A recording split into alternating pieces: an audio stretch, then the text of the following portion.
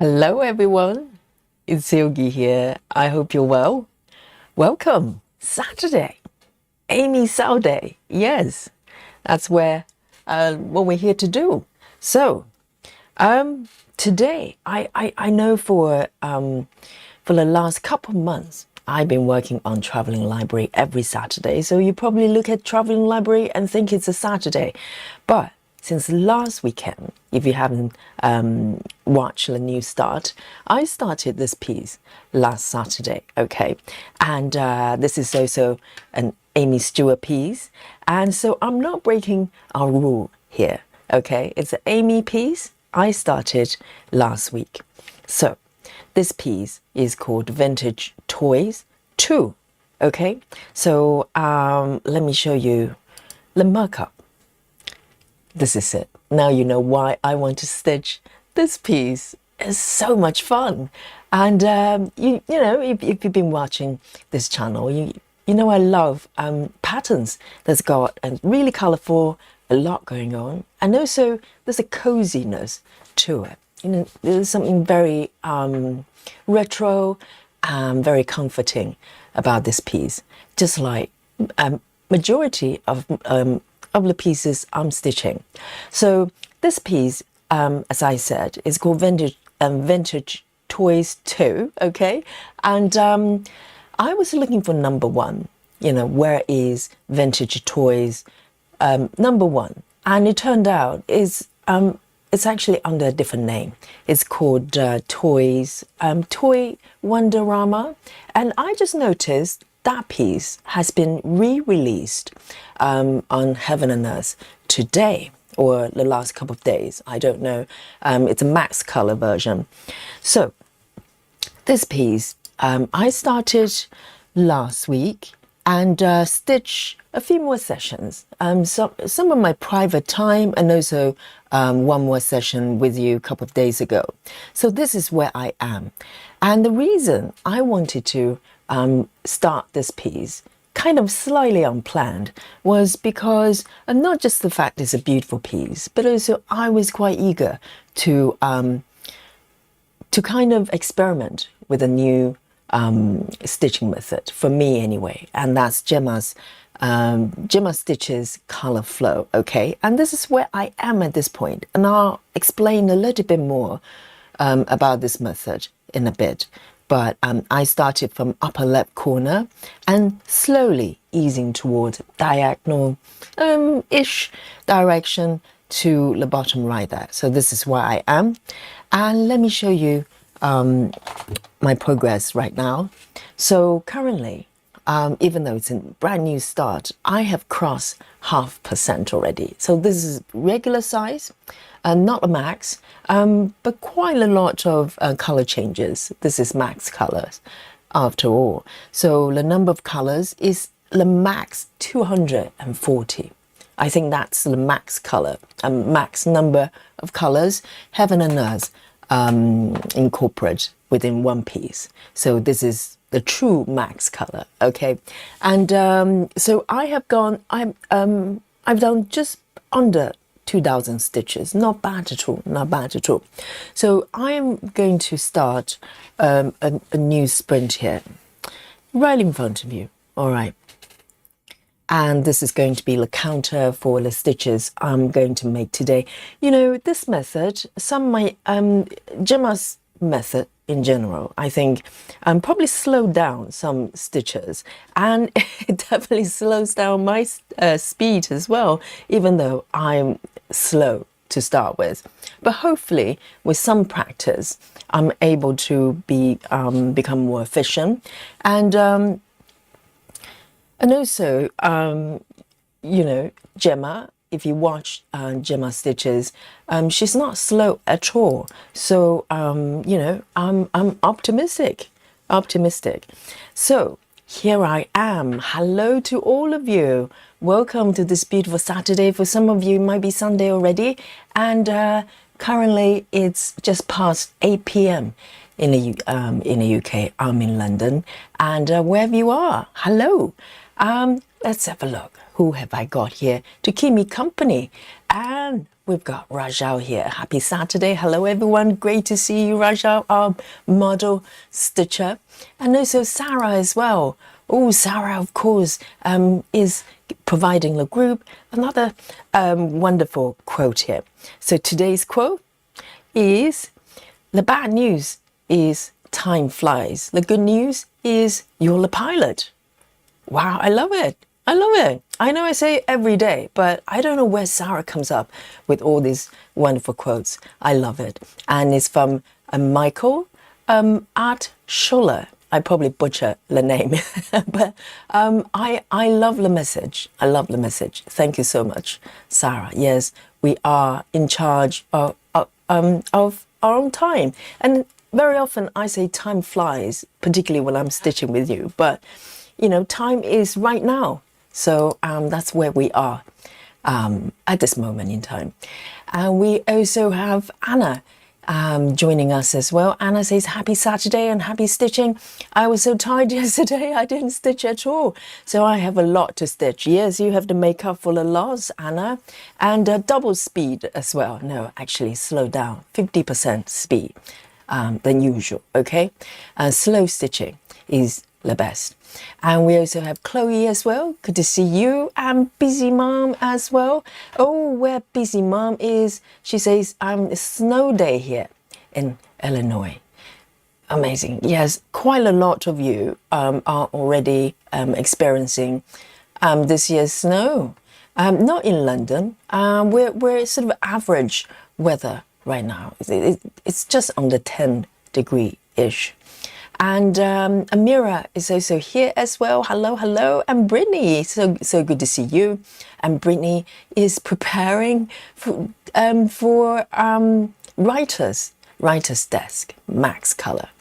That's a little hint here. You know, if you're wondering what new start Brittany is going to have. And Suzanne is also here as well. Hello, hello. How wonderful. And Suzanne is managing her floss today. From Painting Fairy. How exciting. New possibility. And Bess Williams is here as well from New Zealand. Hello, hello. And our lovely Susan says hello, everyone. And is it Ligda? Ligda, am I doing any better? I don't know. Hello, hello. Rachel, good to see you. And let's have a look. Chrissy is also here as well. Yes, Chrissy is loving Sarah's quote. BLT is also here. Betty Lou Taylor. And who else have we got? And Kathy. Welcome back, Kathy. And hadn't seen you for a little while. And Wendy as well. Welcome back. And Suvi as well. How good to see you. Some of you, I only get to see you in the weekends. And Michelle Fuller says hi, hello. And Karen Sutherland, good to have you here. And Six is also waving good evening to everyone. And Henny as well. And we have, we have a new friend, guys. Nuala, Nuala Fowlin. How did I do? I think it's a she. If it's a he, let me know. She says, hello. Hi, everyone. Newbie follower here. Loving these live sessions. Me too. Me too. Welcome. Welcome. Say hello to Nuala. And Jacqueline is also here. Hello. Good to have you here. And Pamela is also here in the chat. And Jackie, welcome back. And who else have we got? Catherine as well. And Kimberly is also joining us. And Janine, well done, right on time. Yes. And Jody as well. First time joining. Oh, we love new joiners, don't we? And so welcome, Jody. And Love Drunk. Hello, hello. Okay. I'll be back. I'll be back to say hello to you. Okay, so let's get started.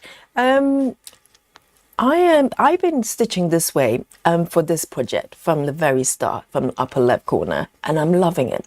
I know I like to switch my methods, and somehow I just kind of, you know, communicate. It sounds like some sort of paranormal phenomena. I kind of communicate with my whip, and somehow the whip tells me how it wants to be stitched. And this piece is saying color flow to me, or Gemma's method, actually color flow specifically. So I've been following the voice's guidance, okay, from the other side, and I'm really loving it. It makes sense for this piece for some reason, and I'm trusting that.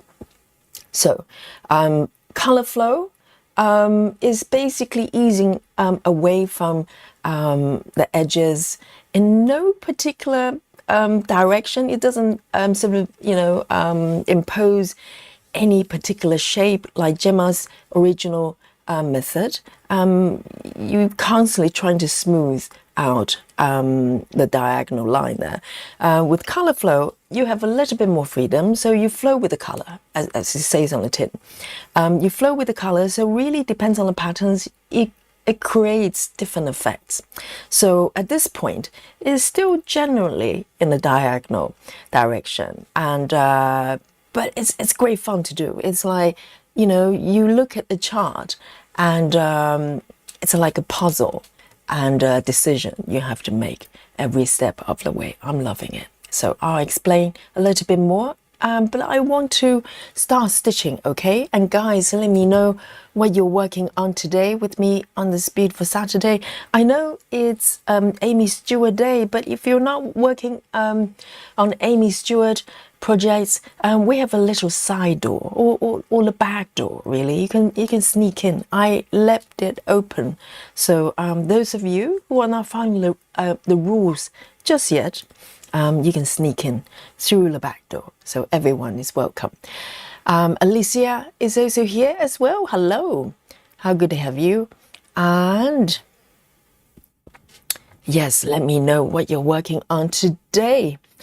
So to start off, I want to pick a color that I can warm up my little hands here. So I am going to maybe work on this area a little bit, less confetti. This area is a lot more color changes. So I would like to start from somewhere that looks a little bit more friendly at this point. This is Max Colors after all. Okay, so let me look at my chart here. I think I'm gonna start. It's got to be one of the dark colors or burgundy. So here we go. Right. Okay then. I'm going to start with 3371, which is, I think it's a brown. It looks black, but I think it's a brown. So this is going to be my first color of choice, 3371. And of course, every day is a new day for Spooky Bingo. 3371, we need a new strand. So by the way, this is 25 count. I'm using pre-gridded DMC fabric, and I kind of washed it a little bit because, and this is kind of like sort of spare fabric from another project. So the grid actually, the lines are actually faded a little bit. I quite like it. It's a bit more subtle. 3371.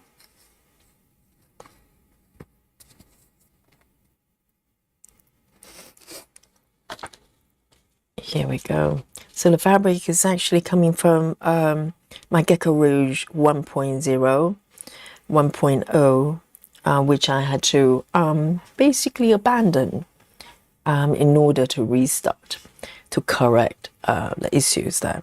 So I'm going to start around this area. This is where I am. So one of the ground rules for Gemma's method is always, whatever you do not create floating stitches.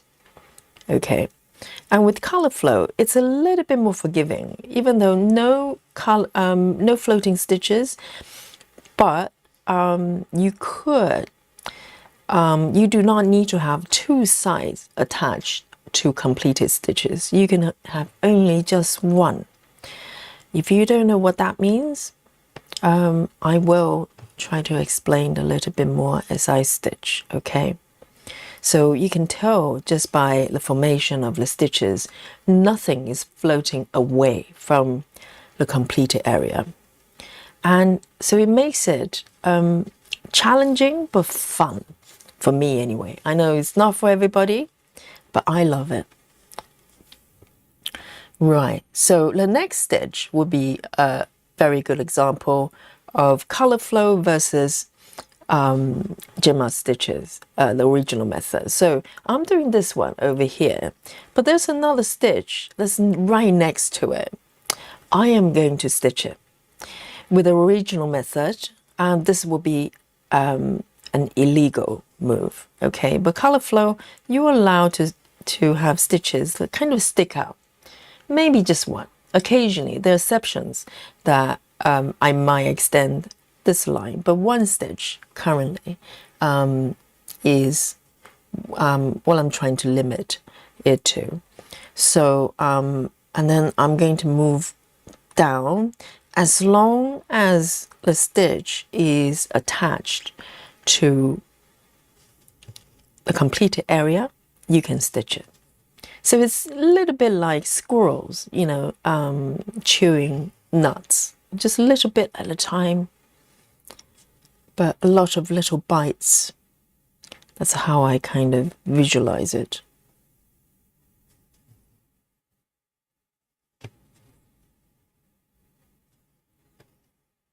So exciting, isn't it? Hade is doing 50% discount, and I got my patterns, okay? So I've got let me just look down a little bit here. I've got the Aimee Stewart companion pieces, of course, right? And I think I'm going to part this one over here. I think that's what I'm trying to do. Let me do this then. And there are 1, 2, 3, 4. Okay. I wanted to keep going, but it started to kind of feel slightly awkward. So I'm going to park it there. And also another rule would be you do not take your thread over stitch area. So in theory, if you follow the method, you shouldn't need to, but you know, sometimes there might be maneuvering moves that slightly, you know, illegal there. Jody says, I started a full coverage old design works project to cut my teeth on the parking method, not literally, not literally, do not break your teeth, okay? On the parking method and using Pattern Keeper for the first time. It's called Cafe in the Sun. Oh, we'd love to see it. Jody, you just in case you don't know already, we have a Facebook group, okay? By all means, join the group so we get to see your whips. Everybody share their whips. It's very exciting and inspiring to see. All right then, so now I can easily move over here. I believe this is a 310. Why not? So yes, whole bunch of 310s here. So I can warm up a little bit, warm up.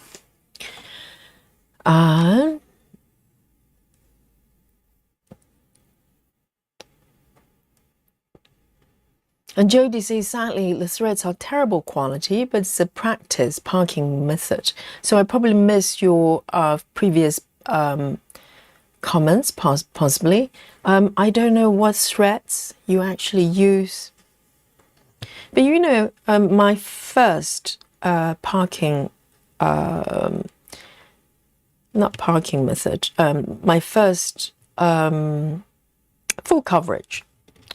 My first full coverage Heaven and Earth project, I actually use a whole bunch of leftover threads I had kind of mixed brands and kind of just doing eyeball colors and try to match them.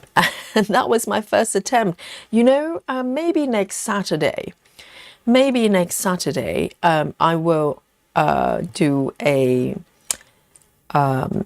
whip parade, my first whip parade live stream, maybe next Saturday. So I might do a special stream before our SAL around this time next week. So it's probably going to be a double stream day, okay? And I want to show you how I started. And luckily, I still have the fabric and all the stitches there. And occasionally, I pick it up and look at it and have a laugh. So I want to share that with you. But yes, you know, in the beginning, I wasn't very committed in what I was doing. I just wanted to find out whether I liked it or not. So very experimental. And but it helped me to find my way here because I realized I really enjoyed it. So from next week, is going to be quite busy until Saturday. But from then on, I have about 2 weeks, you know, till New Year. A lot of classes are kind of put on hold for the Christmas period. So I have more free time. So I'm going to plan a few things. We're going to have a few more streams during the week. The daily SAL, daily stitch along, we're still doing at usual time, but depends on the days. I might add a few more streams in an earlier time. I think maybe afternoon here in the UK time, and you know, either do, I don't know, demonstrate stitching methods or whip parade, because whip parade probably is going to take a few sessions considering how much I've got going on. But I think, you know, this will be a good time to do those.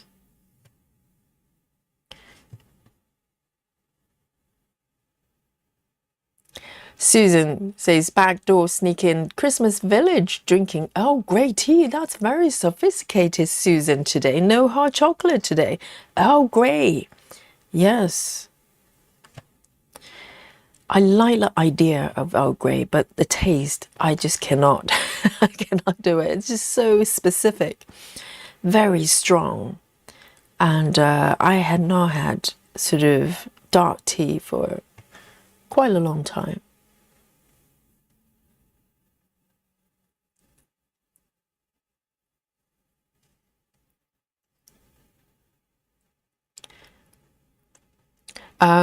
Neola, sorry, I'm catching up the comments here. Neola says, you did great, Yogi. I bought my first traveling library, new start in new year. Amazing, congratulations, Neola, the first one. And you're starting with a bang. It's a beautiful, beautiful pattern. And Jody says, when you get into it, I'm curious to know how you deal with your massive amount of part thread. You know, I find parking, particularly with single strand, is actually very simple to manage, even though, you know, some projects, particularly confetti area, you do end up with quite a lot of part threads. But, you know, if you understand why they're there, every single thread is there for a purpose. You know, they were docked in a location for specific reasons. So I don't mind having a lot of part threads. And normally I just kind of arrange them away from my stitching area, and no problem there. So congratulations. Henny S is working on Welcome to North Pole. Sounds very Christmassy. Mandy Moran is here. Hello. And Jackie says, I'm working on my new start, A Soul by Margaret Morales. Trying out color flow, and I love it. Oh, another color flow stitcher. I'm so happy. Isn't it fun to have different methods to play with? Yes, I think, you know, if you have tried Gemma Stitch's the original method and didn't like it, try color flow, because it's got a little bit more freedom. Fundamentally, you are still stitching Gemma Stitch's style, but in terms of where you're allowed to stitch, there are, you know, it's a little bit more sort of wiggle room there. So you might like it. And the stitches are so neat, and I love the fact that everything behind me is finished. I do not need to ever worry about it and have to come back and try to fill in stitches. And I get to appreciate and the complete you know, image as well as I move forward. I just love it. And for some reason this project is just screaming color flow to me. And it's got a lot of colors. Maybe that's why. Amira says, so with Gemma's color flow method, basically all completed stitches have to be connected by at least one side, and uncompleted stitches have to be connected by at least one side.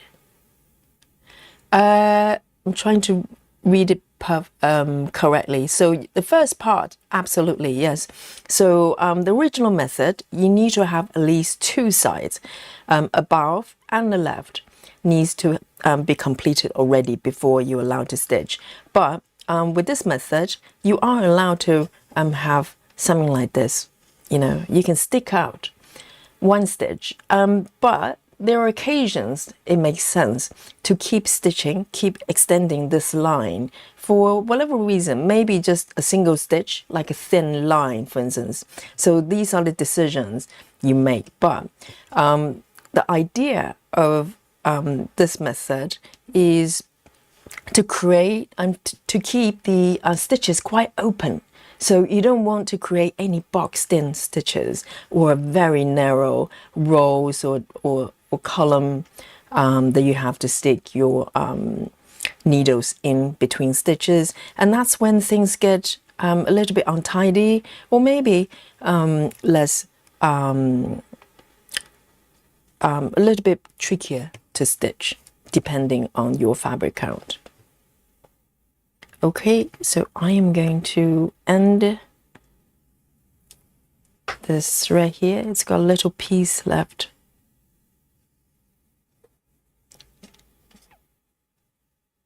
And I'm still learning as well, because this method, the first thing, of course, is kind of understanding what it's trying to do and the ground rules. But as you're stitching, you gradually pick up kind of the best strategy, because it's very nuanced stitching method. It's not black and white. It's not so much like block by block. You just fill in everything and move on to another block. This is more sort of moment by moment decision making, and it's so much fun. All right, good. So I warmed up a little bit with the 310, and so I'm going to move back here. And I think I made really nice progress last time when you saw me stitching this piece. I think I'm about 2/3 into this word television, and now you can see a little bit at the bottom as well, and the second row there, whatever it's saying there. And the word television is almost completed. Oh, you know, I've been secretly working on this piece. I just love it so much. I can't help it.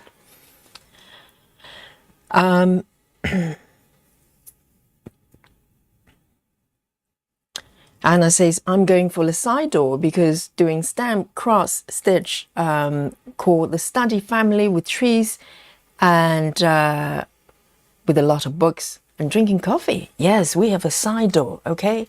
You're allowed. And I do have a cup of coffee here as well. Let me take a sip. Freshly brewed just before the stream.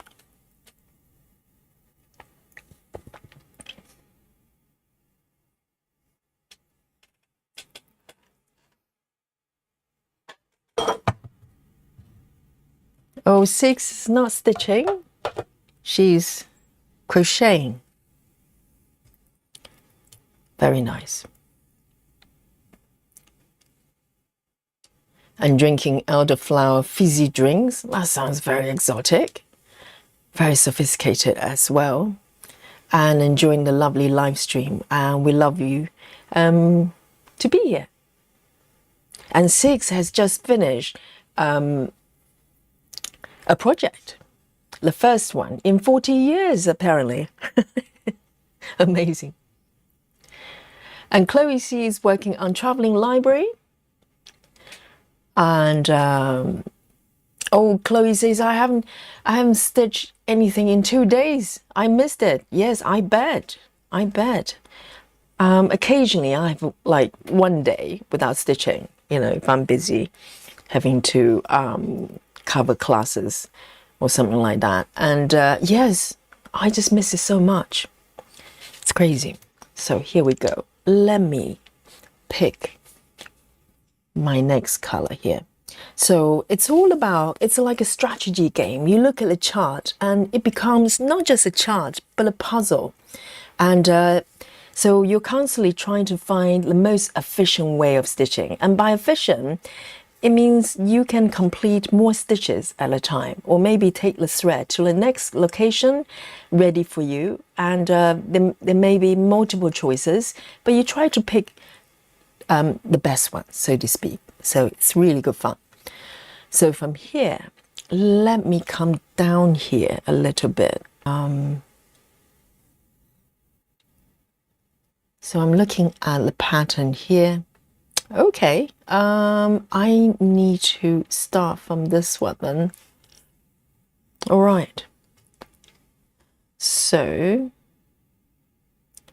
I am going to come over here. I'm trying to pick the right spot. I don't want to start off with the wrong spot. So this is just under, I think it's the letter O. Yes, I was talking about the patterns I got from Heaven and Earth this weekend. I got the writer's desk and also the longer piece. It's called Traveler's View, I think, both in max colors. I'm a max color girl, okay? So if there's a max color version, I'm going for that one. So I've got both of those. And also, I also had, oh, this one. I mentioned there's another one, similar theme, you know, it's called Toy Wonderama. So I was pondering upon which version to get. So that piece only comes in regular.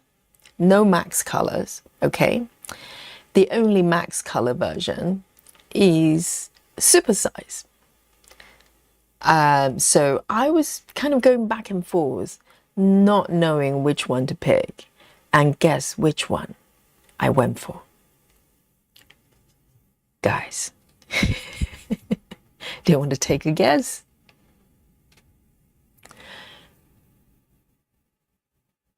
Right, Catherine says, I started a new project this evening. Oh, a lot of new starts.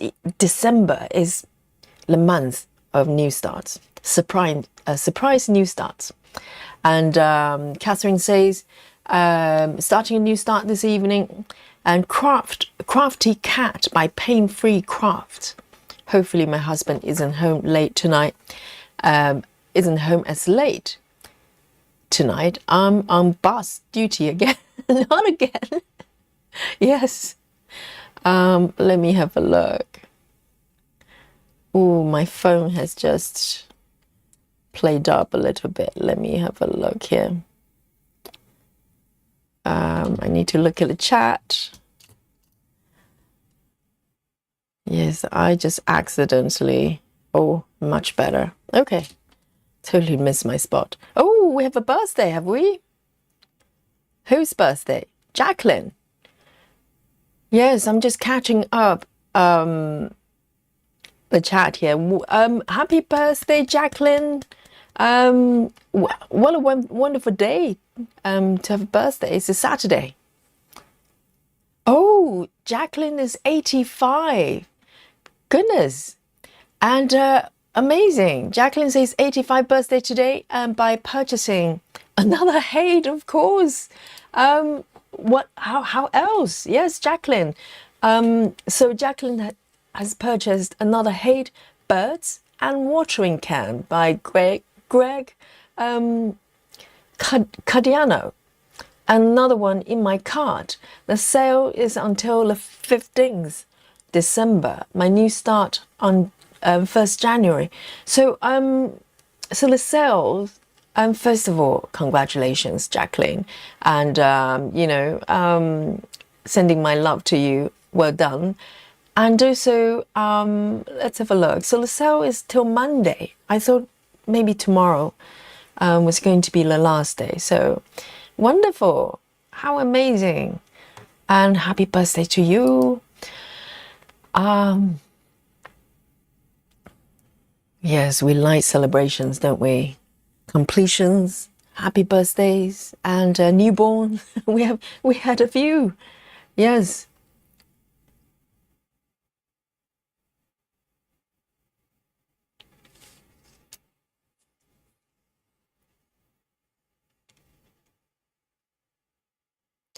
Karen says,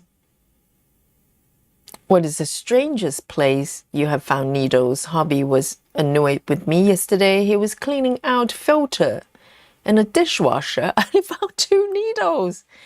How do your needles end up in dishwasher? Only you know, Karen. Oh, Rose. Rose is guessing which version I got. Rose, you know me by now. Yes, I know. My second super size. I hadn't even started the first one, Sleep Time. But I was just, I had to think about it because I know I could potentially request it, but I just didn't feel,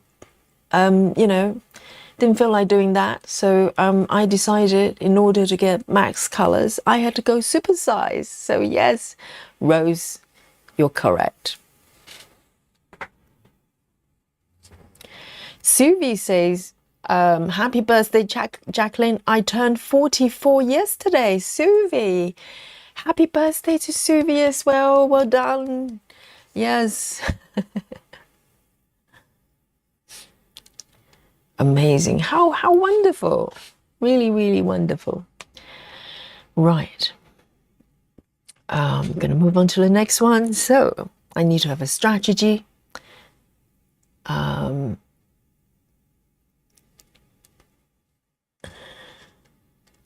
That one. Just one stitch. And then I'm going to end this one. So if the next stitch is too far away or in a direction that I don't feel like parking, then I end it. So it's a way to minimize the pass threads as well. Otherwise, you could end up with quite a few duplicated colors. So I rather end it and then start somewhere else later on.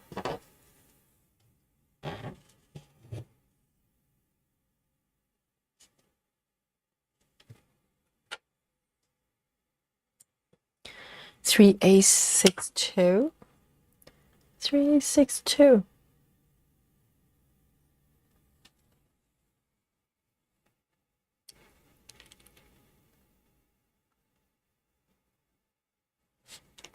Three 6-2. Let me pop it back.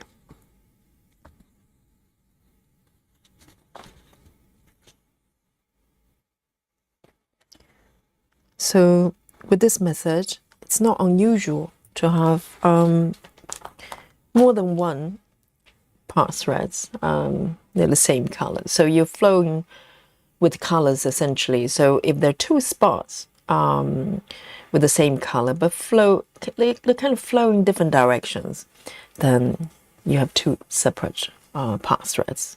And so Brittany says, I bought writer's desk, tea for two, and whimsity, simply meant to me by gathering where the daydreams and shadows meet.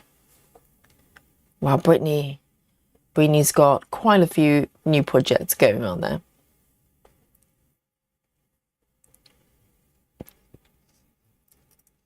I know, so nice.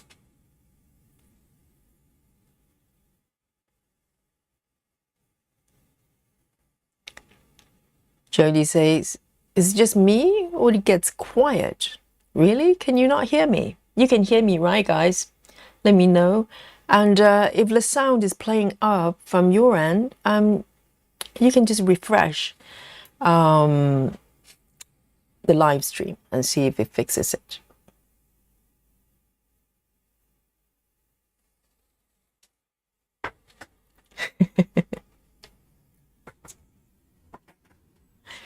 Amira says, I'm still relatively new, so I've only lost one needle so far. What? Just one? And she says, but as I take my piece to university with me, I feel a needle is lost forever. Well, I lose needles all the time just sitting here. And very often I'll find them appearing somewhere in a corner there on the floor. And yeah, but whenever I try to look for them, I never find them. Normally, they just kind of just appear by themselves. It's Twilight Zone. It's Twilight Zone here. All right, there's another one here.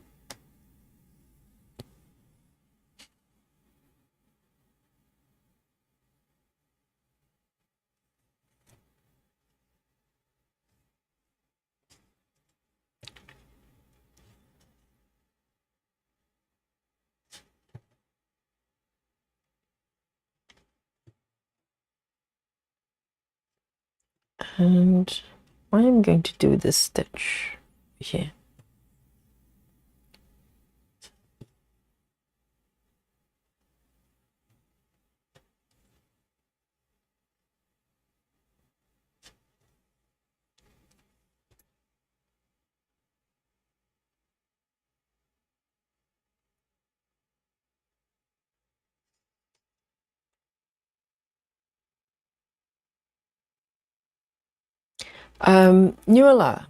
Nuala is asking, how does Spooky Bingo work? Right, yes, we have some newcomers, don't we?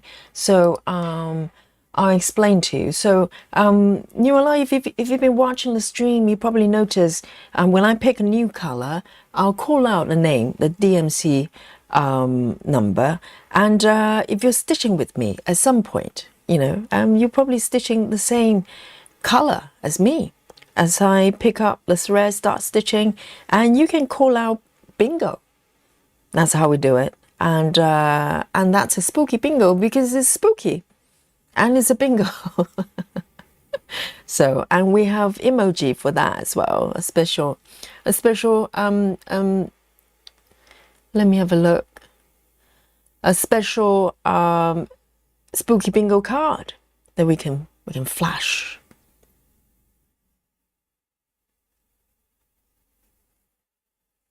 Yes, Sarah is explaining if you're using the color, she calls out, you have a spooky bingo. Yes.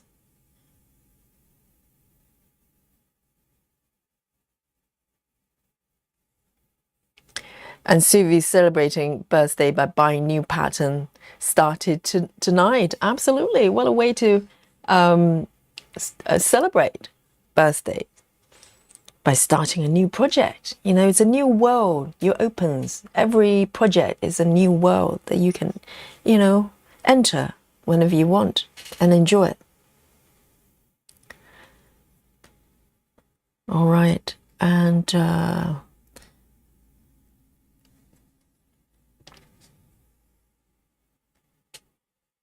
this one, let me pick the next one.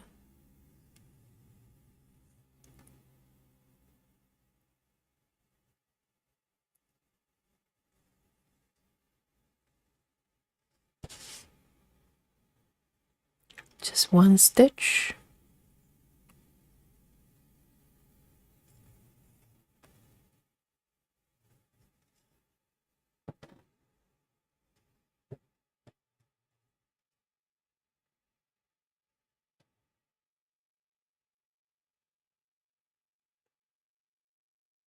Busy Mom is sewing. I'm working on Christmas gifts. How nice. Handmade gifts. And I am going to take it over here and do this one.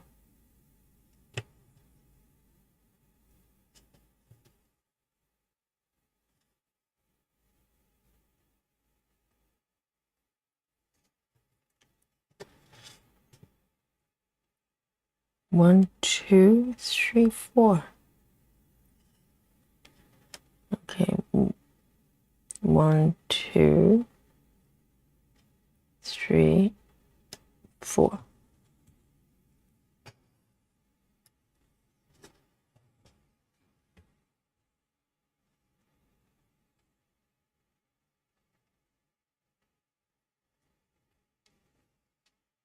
Henny says loud and clear. Good.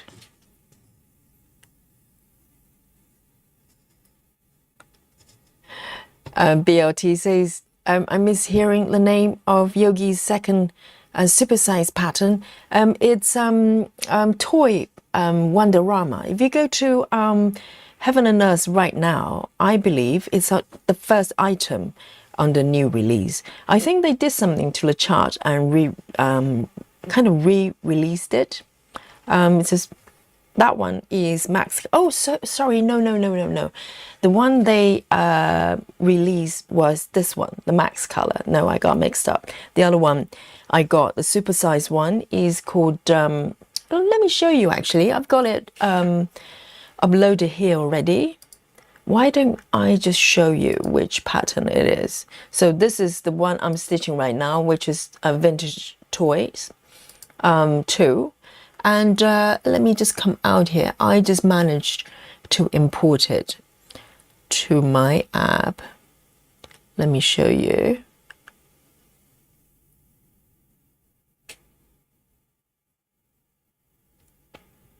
This is it. It's so adorable. And this is kind of the companion piece for this one. So I just have to do it.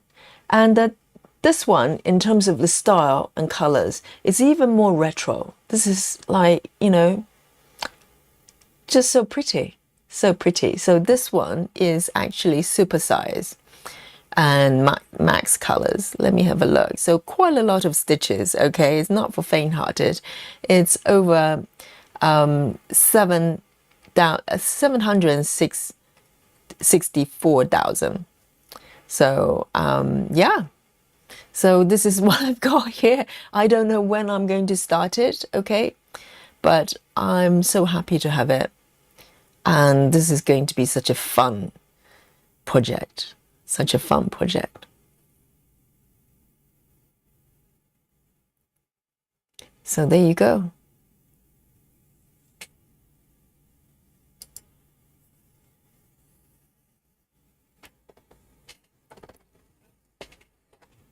Sarah says, if you do not lose your needles, you only need one. Exactly, Sarah. But that's such an alien statement. Even she knows it's an alien statement.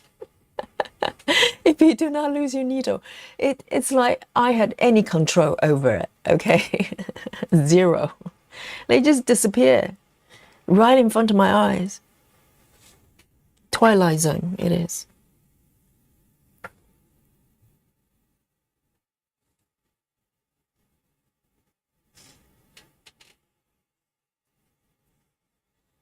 All right, let me move forward with this.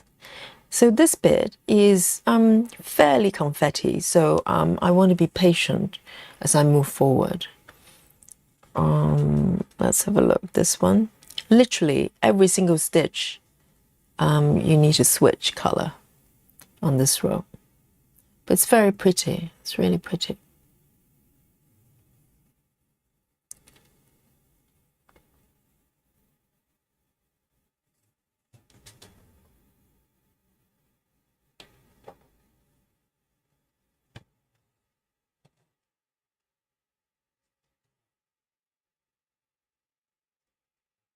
And I am going to take it over here.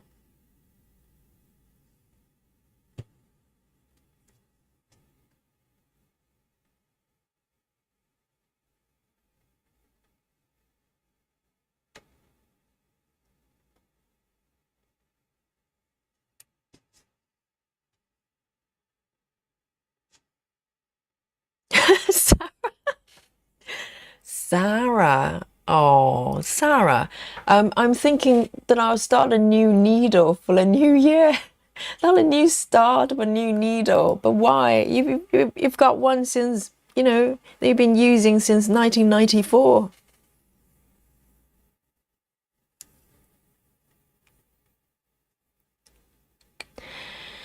Hello, Kelly.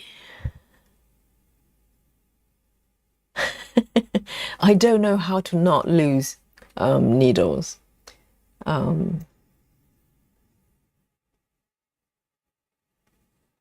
They just disappear. And sometimes I bend them for some reason, for 28, size 28 in particular. And sometimes they start to have a little curve. Maybe I'm just too strong, too strong.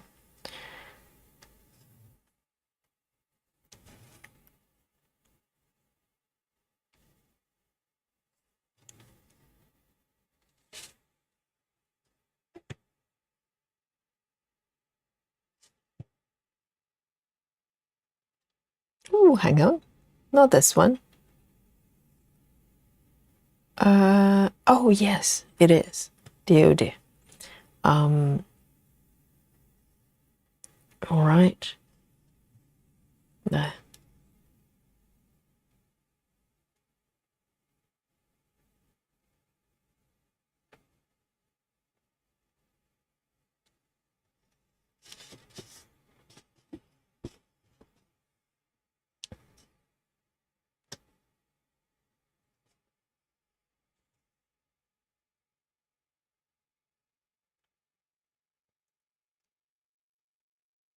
Let me see that one.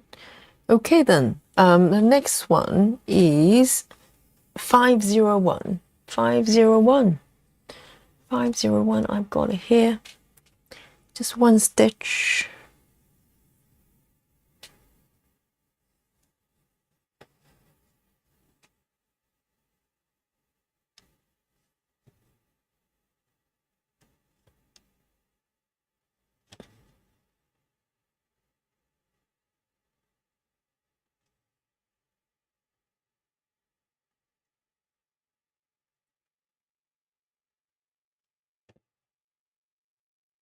Just one stitch. And then 1, 2, 1, 2.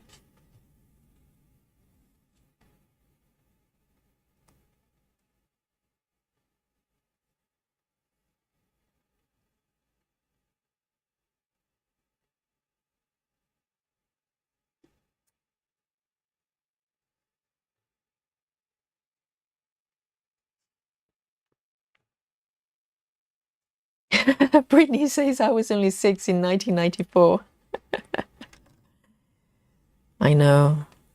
But that's Sarah is still using the same needle. It's quite remarkable, isn't it?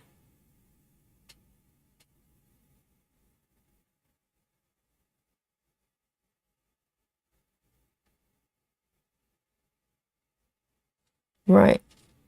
And 1, 2, 3.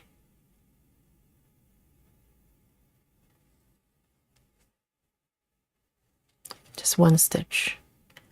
Okay, these I have to be patient. and 1 stitch here, and I'll end this color, 733.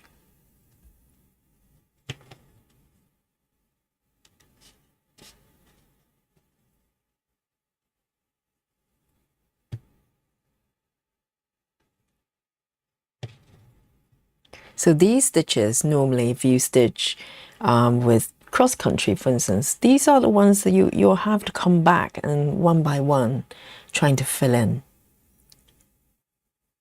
But with this method, you just deal with them as you go.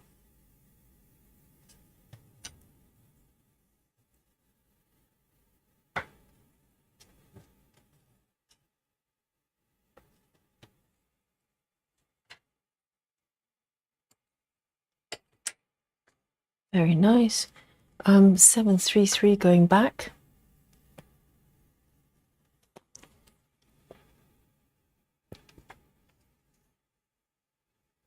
So Jodi's asking, for those of you who have done HAID, including Yogi, how long does it take you to complete?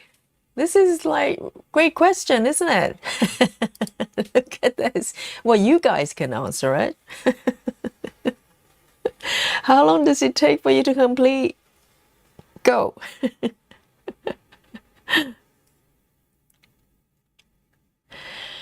Nuala says, my needles tend to tarnish really quickly, so I got some emery powder to run them through to last a little bit longer. What kind of powder is that? Is it like talcum powder? I have no idea.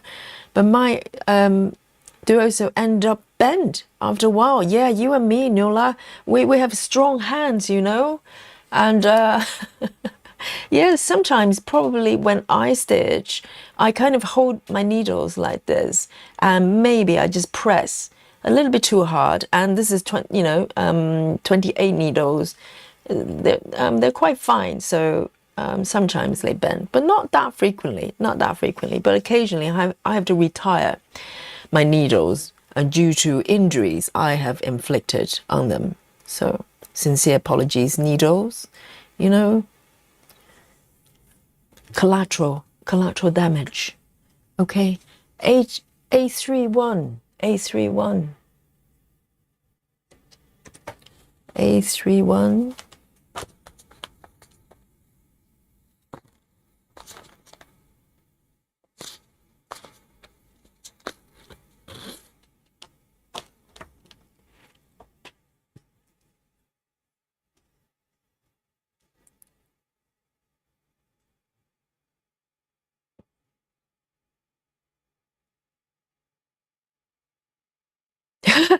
Mira says, 1994, I wasn't even born yet, so I was technically -10. Oh, Amira.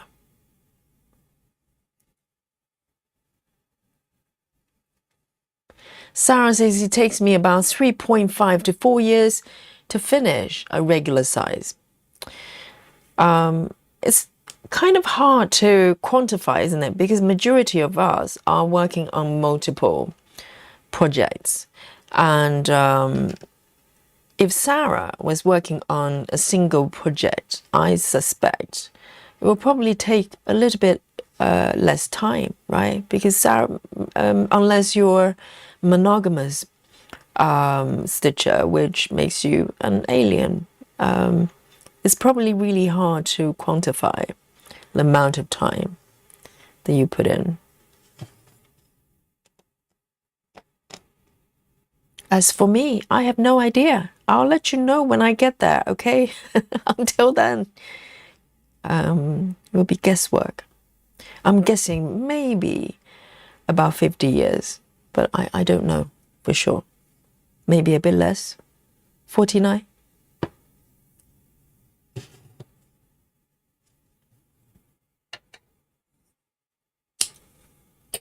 Right, A31.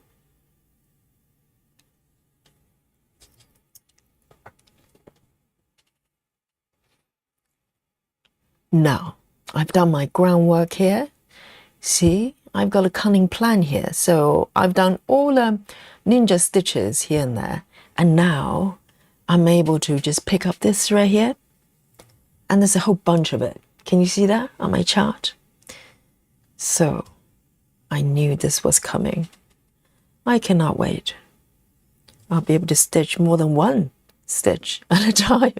How refreshing. So this one's 3842.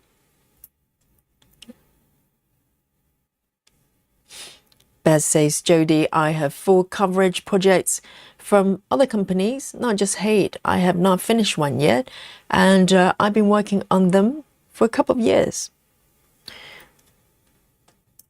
Yes.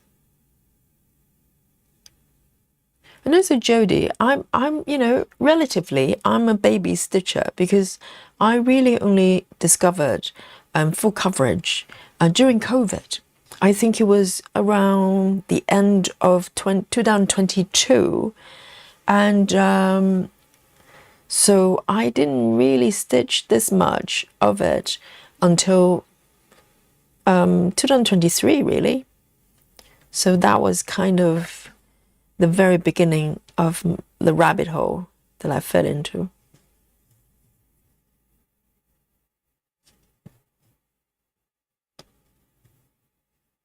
So not nearly long enough to finish anything. That's my excuse.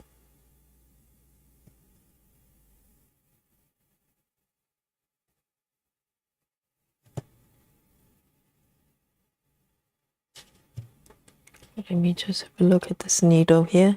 Why does it feel really thick?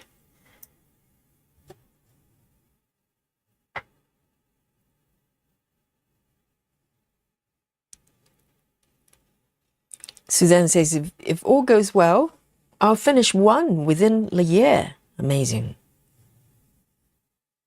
But Suzanne is going to finish the SAL piece anyway, so. And meet the deadline. Dun, dun, dun.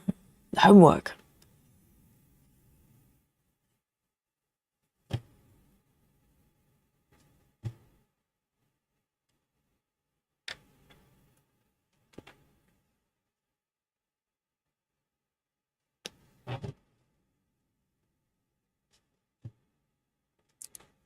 Hello, Lineker. Says, hi, Yogi. And the second E does not look like the first E. Are you talking about this pattern? The first E doesn't look like the second E. The first E is this one. Where is the second one? Television. All right.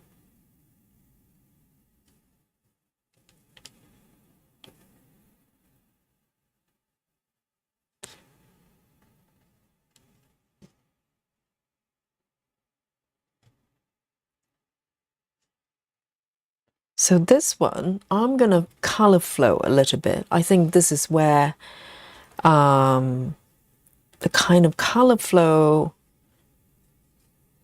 element comes in. So you can tell that on this pattern here, I've got a whole bunch of this particular color. The tricky part is there's one stitch on the left there that's different color. I'll see how it goes. I'll do one row at a time. But this one has got so many stitches together that I can, keep stitching a little bit. This one as well.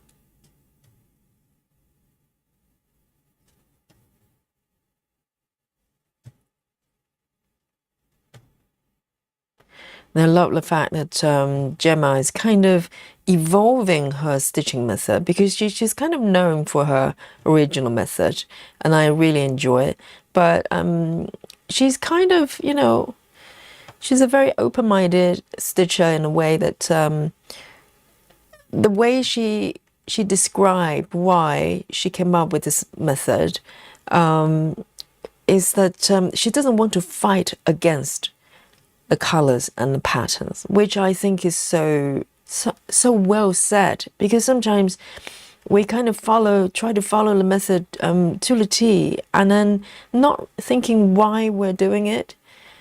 So she's just bending her own rules as she stitches, as long as it makes sense. So I really love it.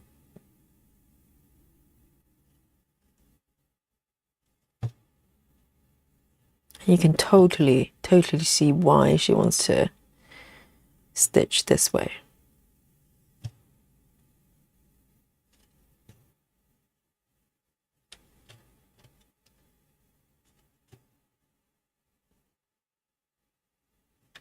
Okay, I'm going to end this piece here. Perfect.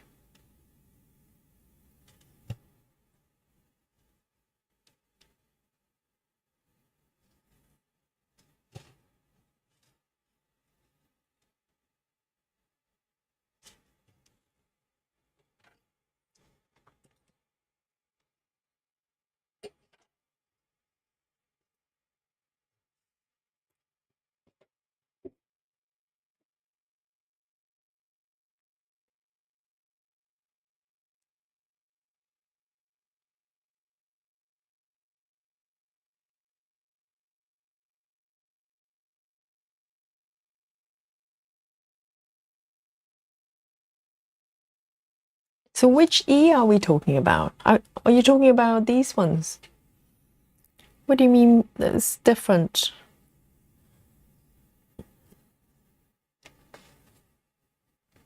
Oh, this one and that one. Very good point, but that's just how this pattern is. It does look a little bit blurry. Yes, you're right. Television, and so why am I trying to speak French? No, television. So yes, this E and that E, they look different, don't they? But I think I don't think I've got it incorrectly. I think it's just the pattern. Blame the pattern. Amira says, Yogi, do you think that you do less mistakes with Gemma's method than with other methods? Good question. Good question. Do I make mistakes? I'm trying to think up to this point. It's possible that you make less mistakes. Depends on what kind of mistakes we're talking about. There are a couple of occasions I simply plant my threads in the wrong spot, because sometimes they start to look kind of similar. So that has happened. But you don't get sort of counting mistakes as much, other than you may park in the incorrect location. That can happen, because that still requires counting, and depending on how far you're parking, you could park in the wrong location, but that's less of a problem, because part threads, you can easily move them to the correct location. But in terms of stitches, yes, I think you're probably less likely to do a whole bunch of stitches completely incorrectly, because you are really just easing away from the edge. You're not floating away, in any distance. So potentially, yeah. But I'm sure I'll continue to make mistakes for sure. Nothing can stop me.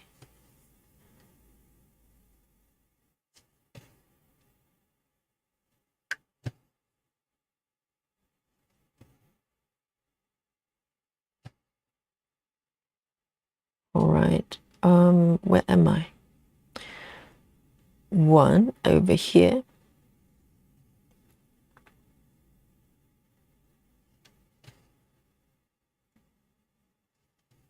So this one, I've got a few stitches to enjoy.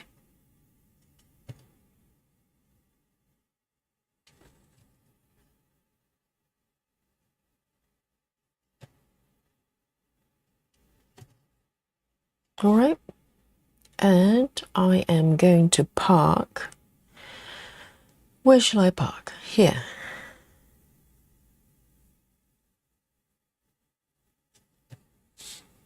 Right.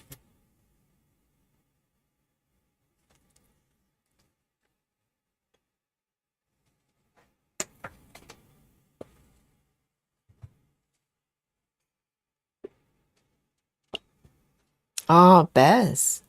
Yes, I think it's probably the pattern more than anything. So it's slightly anti-alias, isn't it? But some bits kind of just start to distort a little bit. But it's quite organic, you know, it's illustration. So Neola says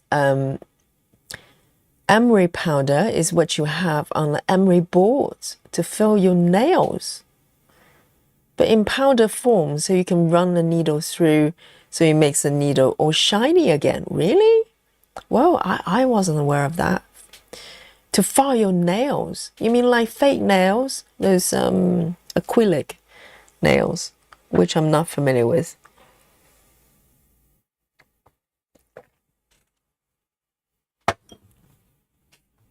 And Catherine says, Yogi, how do you start your thread? Do you ever have problems with the threads coming undone? Not really, surprisingly. So with 20 majority of the time, when I start full cross, I simply just do a full cross and tuck the tail kind of, you know, in as I stitch. So I don't do any special methods. And let me show you how I do it. And do they come undone? Not really. Surprisingly, they're quite sturdy because very often I leave long enough tail that can be caught by other stitches. And so far, no problem. So let me show you how I do it. So let me pick 3842, 3842. Yes, I've got another one here. So normally, literally, I just do a 4 stitch as normal. So I'm going to stitch this stitch here. So I would move away a few stitches. So I leave a little tail there. So maybe 3 or 4 stitches and come up from the bottom left. Hope you can see it. If you're on mobile devices, you can just pinch and zoom, make it larger. So I pull this tail. When I first started doing this method, I was so clumsy.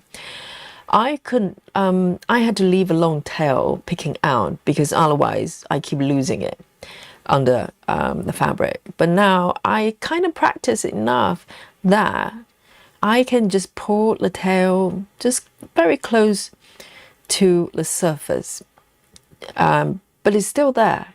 I don't know whether you can see it. It's still picking out, but very, very small, very small amount.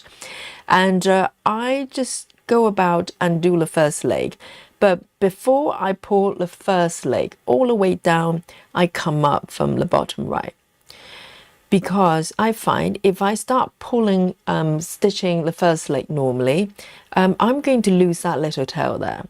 So before I finish the first leg, I start the second leg like that and tug very gently. So I can feel that it's already tucked in. So this little tail is still picking up, very small amount there. It's still already tucked in, and I just go about and finish the second leg, and it's completely secure. And sometimes it is still a little bit sticking out of the fabric, then you just tease it under the fabric, and that's it. It's very, very secure. Can you see me pulling here? Not going anywhere here. And as I'm stitching the next stitch, all the surrounding stitches, the tail gets caught by other stitches, so no problem there. So I do not do anything special in terms of starting method when I do full cross. Hope that makes sense.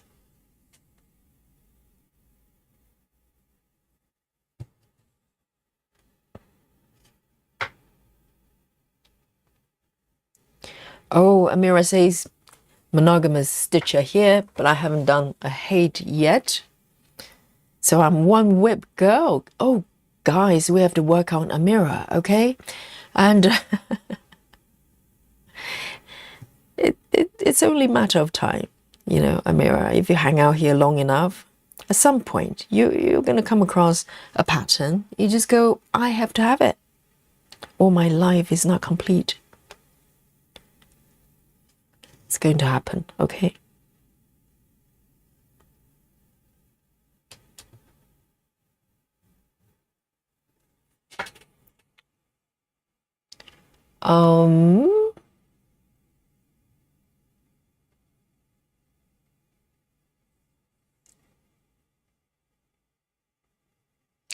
Trying to catch up.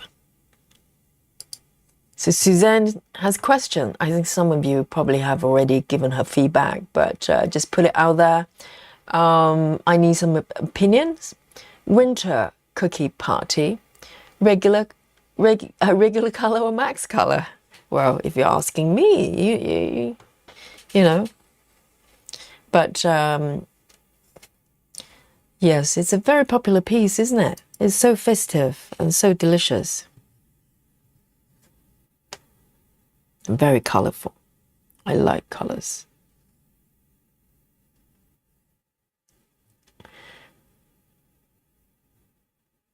Brittany says max color. Yeah, always. Yes, Brittany. You and me both.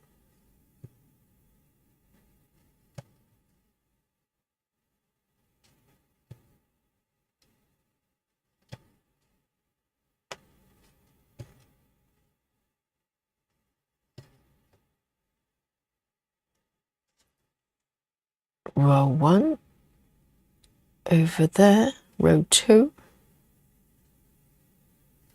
So I'm going to color flow a little bit and allow the stitches to stick out a little bit. This one.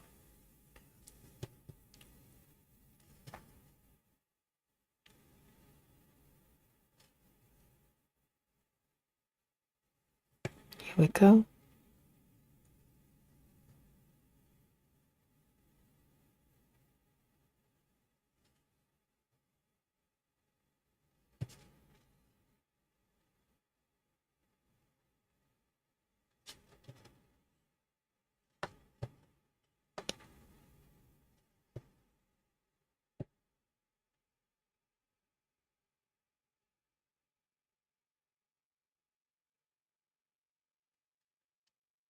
Janine says, I've never done max color. Can you really see a difference?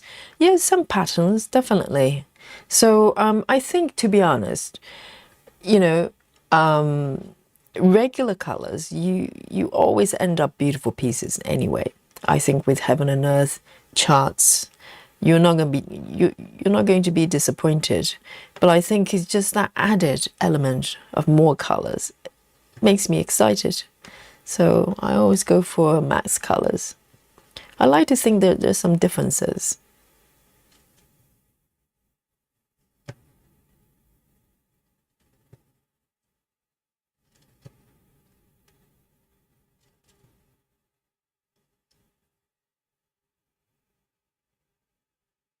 Oh, Jodie's got the stream muted. So I've been doing the Zen stitching all this time, Jodie. You're just thinking, oh, Yogi's so Zen. She's a yogi, so she's stitching with no speech. But Jodie, you know, when I first started this channel, I was kind of trying out different things. That was before I started streaming. And, you know, I've seen other floss tubers, they do kind of silent stitching. So I thought, well, that sounds easy. And all you have to do is just, you know, keep stitching. And, but I didn't want to put music for the background. I don't like having background music.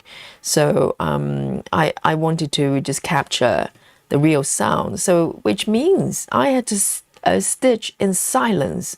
I wasn't allowed to make noises or start talking, and so the microphone is going to capture the sound of the fabric and the thread, etc. That was the plan, and I did it.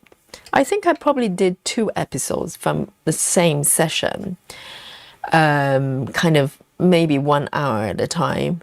And my God, that was hard, not able to say anything, because normally I kind of talk as I do things naturally, and so I literally had to refrain myself from just naturally go, oh, this is what I'm doing, or I'm going to start this or do that. It was so hard. And so after that, I decided, the silent stitching, it was just not for me. Let me talk, okay?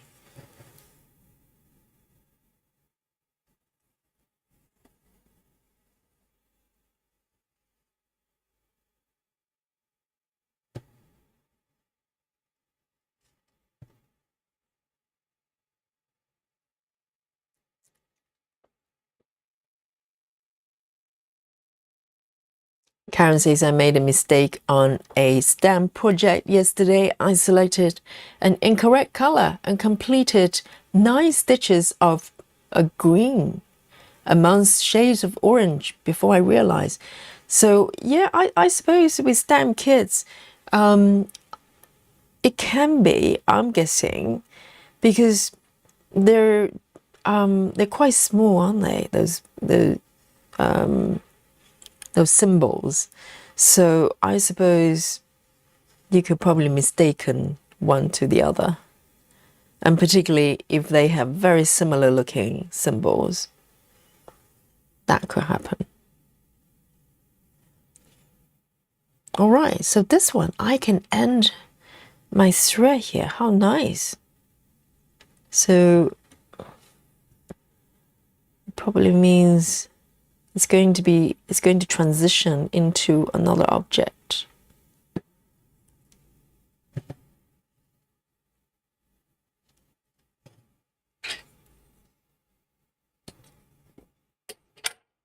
Lovely. So this is what color flow is like. You are allowed to make odd shapes with colors as long as they're together and not closing in any stitches.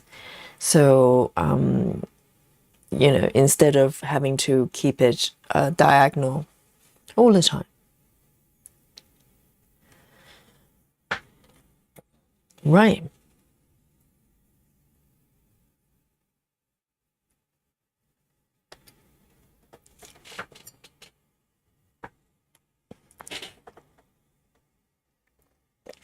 Jody says, I think what really helps is using a program to mark progress. Oh, you don't say. Yes. I took that design works pattern and hand created it in a program so I could try digital patterns. It's life-changing. Is it a program? Are you talking about chart creation or markup programs?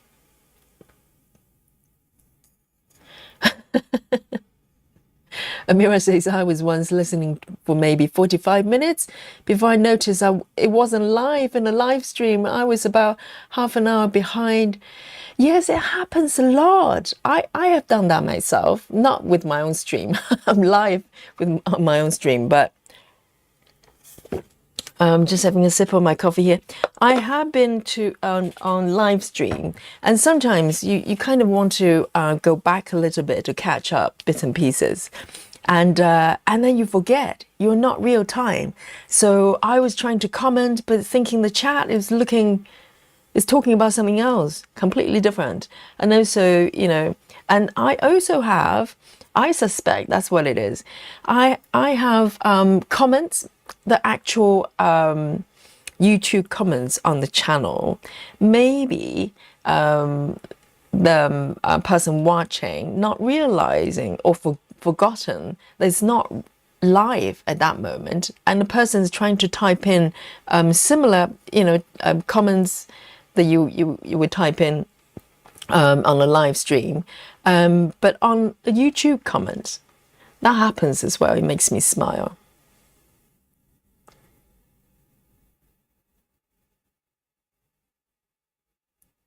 Yes, I think we've all done that.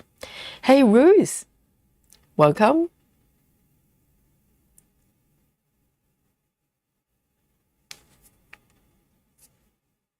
Catherine says I'm doing the modified loop method, but it's very fiddly. Going to try your method. Give your method a go. Yes, give it a try. In the beginning, you can just leave the tail a little bit longer on the surface, and then as you practice, you're able to pull the tail, make it shorter and shorter, and so you don't have to snip it off. But a loop method, I don't do very well with a loop start with single strand. Double strand is very nice, but single strand, very difficult for me to do. I always create a little knot and have trouble pulling the knot down on the pattern, the fabric. So, and this way, you know, if you just do a full cross, it's very, very simple. Very, very simple. And I like simple. Hello, Ring. Good to see you.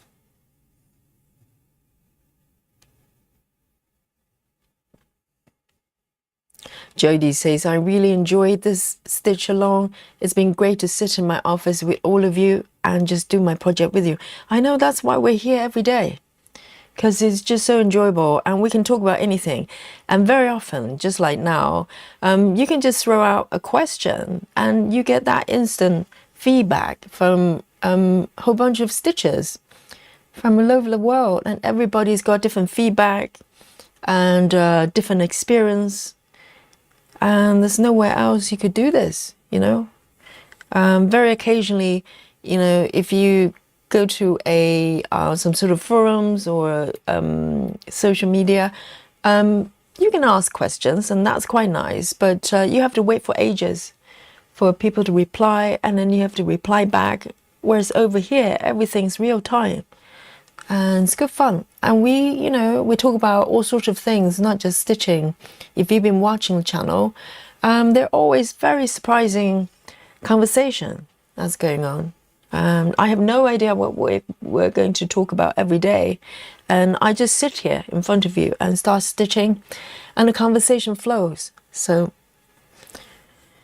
the next color for me, I'm going to work a little bit on this book here. I have a suspicion it's going to transition into something else, so I'm very excited.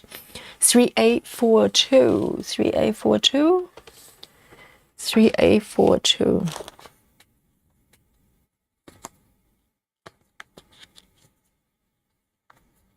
And the chat leads the conversation. 3842.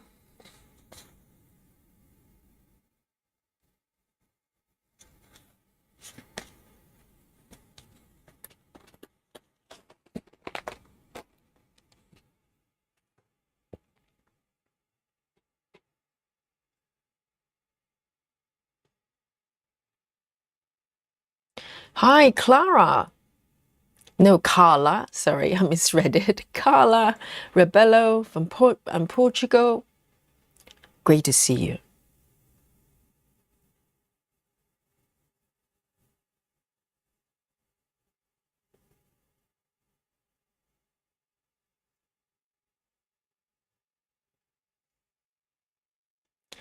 Lizzie says, I do not watch, no talking, stitching either. Neither do I like the ones with music in the background. I prefer to get to know the stitcher. I know. Same here.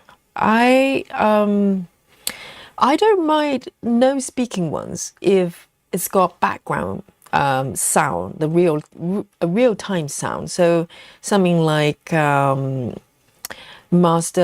stitching masterpieces, you know, she captures the background sound where she is in a space, in a room.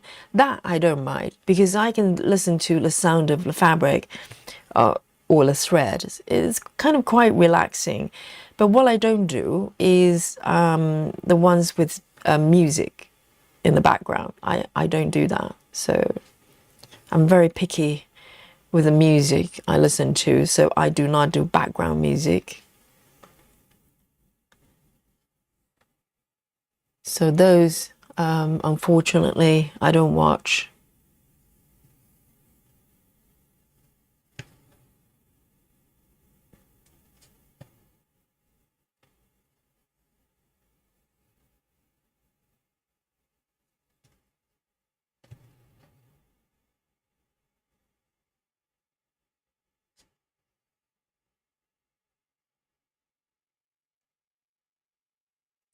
Jody says, Yogi, do you do this every Saturday? Jody, we do this every day.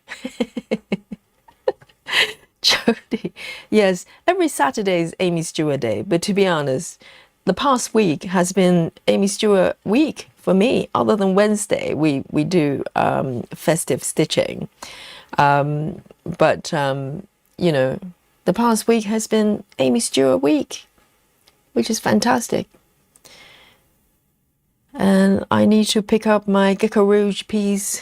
I've been neglecting my Gecko Rouge. Yes, Jody, we're here every day.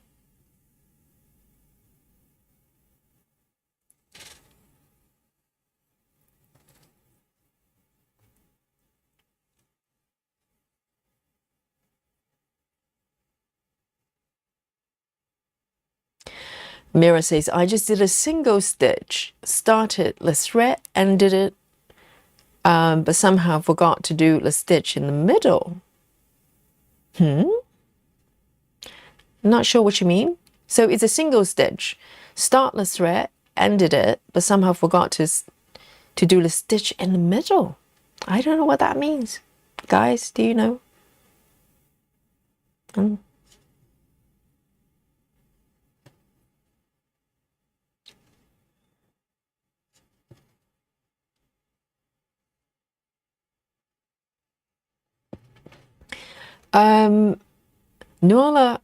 Nurla says, how do you organize your threads, Yogi? Bobbin, floss drops, etc. I use floss cards. So I've got a template I created myself and I print them out. I can show it to you quickly. So let me zoom out a little bit, okay? So I've got, I create master sets for DMC and also CXC, which I love using as well. And also I've got one set for my Gecko Rouge project. So it looks something like this. This one is for DMC, okay? So so these are kind of regular looking floss cards, but I made them a little bit taller so I can stick a piece of felt there. So because occasionally I would have kind of threaded needle that I want to park like this with threaded, so I can just push them through and just dot them there until next time. So I do that. So the felt is for that purpose. But other than that, these are just, you know, thread cards that's got numbers. You can put symbols as well. And I bind them together like a book. And this is master set. So it's got all the thread, all the numbers there. Not all of them are filled in. I kind of just top them up, kind of need to know basis. So the colors I don't need, they're not there, okay? So these are the ones I just pop my threads, leftover threads there. I just thread it through without the needles. So yeah, so this is my organizations. It's been working quite well. So these are just cardboards. They're quite sturdy. So this is it. And the bottom bit, I learned from stitching masterpieces to protect the leftover the bits at the bottom with a literally just Ziploc bag and just bind it together. So it's working quite well. Working quite well. So I do not do bobbins. It's probably my least favorite way to organize threads.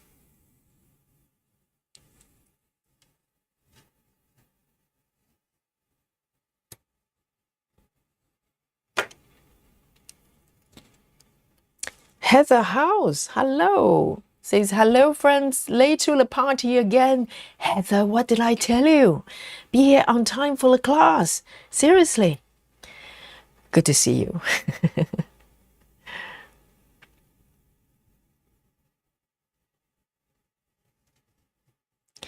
Clara says, I love the stitcher to talk while they do stitch with me video. Same here, Clara. I love listening to conversations anyway, like podcasts, speech-based things. So, yes. And also, there's so much information they can share with you, right? The way they stitch, or even stuff, you know, if they want to share their lives, it's good. But a lot of times you learn a lot just through what they say. So, absolutely. I'm very, very much kind of a speech kind of person as well when it comes to content.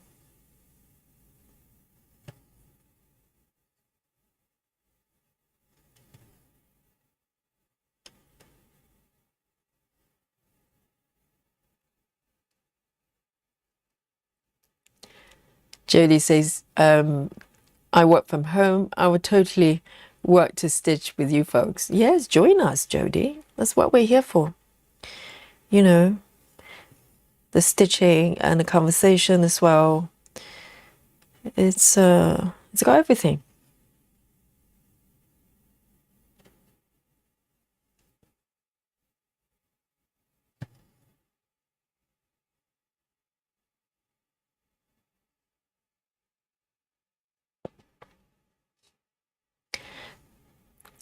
Baz says, I often lurk when I'm working. It's nice to have some company while we work. Yes, we have a work club as well, Jody. We have stitchers, you know, when they can't join us when I'm streaming. You know, for instance, they're at work or have to do chores or whatever. And they listen to us. They listen to the chat. And yes, keep you company.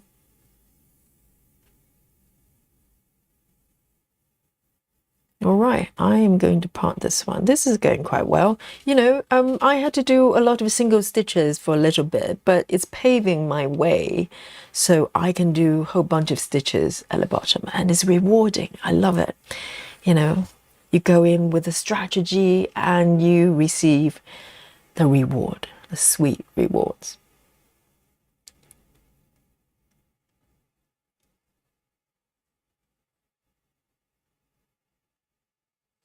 Here.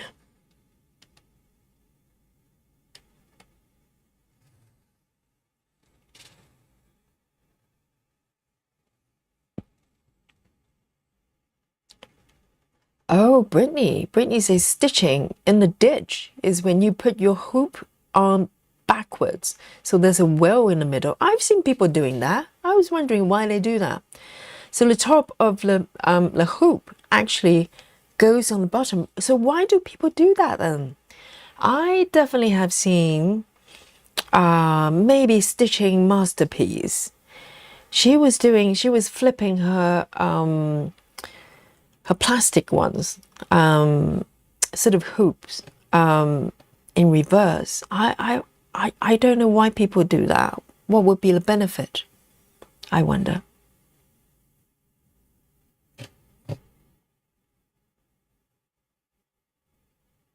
Three stitches. Oops, I just lost my thread there.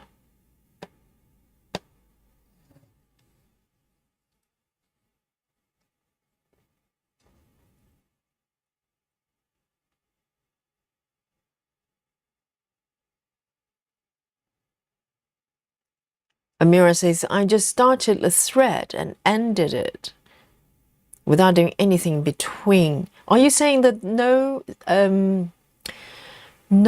starting or ending method? Is that what you're saying? So that's similar to who's the lady? Kamari. If that's what you're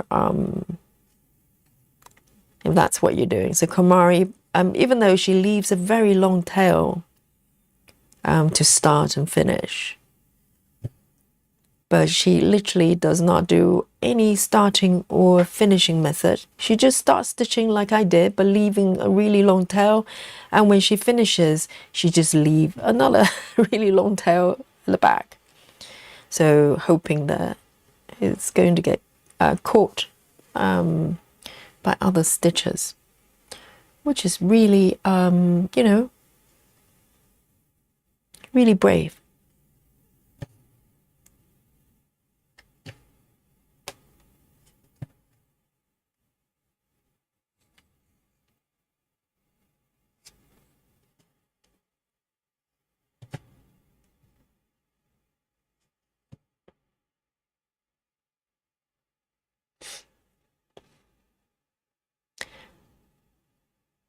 Noella says, cool system, Yogi, I'm inspired. And it's really easy to do as well.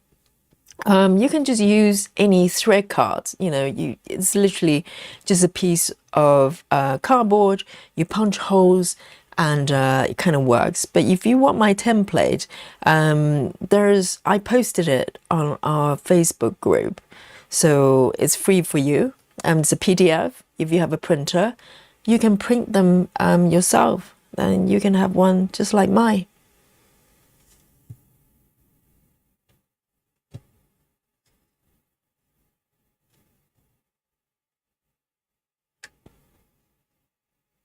Okay, so this one, I can end this thread here.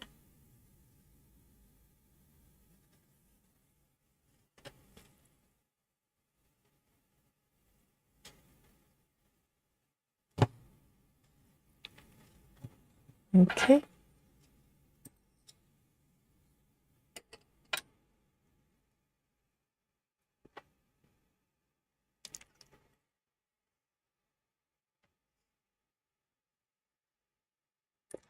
Okay. And Anna says, I really hate bobbins too, but I get them in my kits. Yes, there's some stitching kits, they come in bobbins, but you can always, you know, release all the threads and organize them a different way. But I'm not a fan of bobbins as well. It's very fiddly, and also you get sort of kinks for your threads as well. It's a lot of work. And Nuala says, is it master set for all your projects, or you have a separate bunch like that together for each project? So by master set literally means one single set for all the projects that use the same type of thread. So the one I just showed you was for DMC, and I've got another set for CXC. So some of my projects I use CXC instead of DMC. So that's it. So I have 3 sets, really. It's just DMC, CXC, and another one I had to keep separate because it's coming from Gecko Rouge, which is a separate set. It's a stitching kit, and they have different numbering system for the thread colors. So I have to keep it separate. So I have 3 sets, that's it. And I stitch a lot of Heaven and Earth projects with DMC, so literally I don't need to switch anything. I've got a needle bore on my right there and my master set on the left, and I can switch as many webs as I want. I don't need to readjust anything in terms of setup. So it's really, really handy.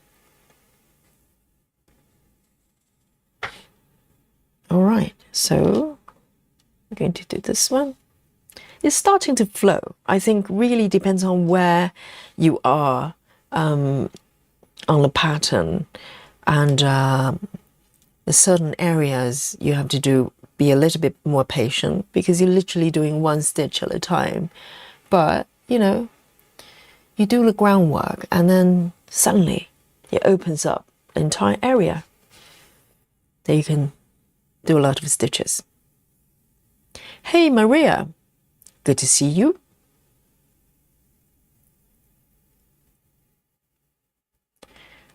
Brittany says, is it easier to get into corners that way? Oh, by flipping the hoop upside down. Really? What corners? It's round.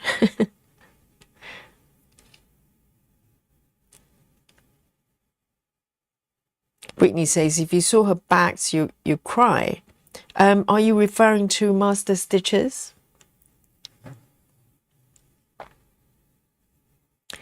I think the lady mostly do 10 stitches. I'm sure she probably does full crosses from time to time, but the ones I've seen, the recent ones, they were 10 stitches. And she's really fast as well. I think she's just very efficient with the stitching. All right, so 501, 501, going back.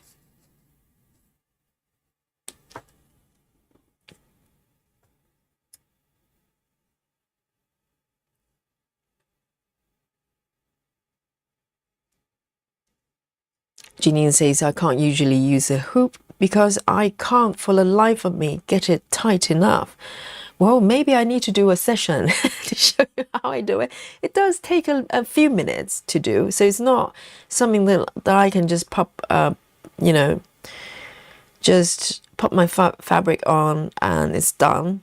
I have to readjust it and screw a little bit tighter and then readjust it again to get the tension I want. But once I get it, it stays there with my hoops anyway. So that's why I don't kind of take the fabric off the hoops too frequently, because it takes, you know, it takes a little bit of effort to get it right.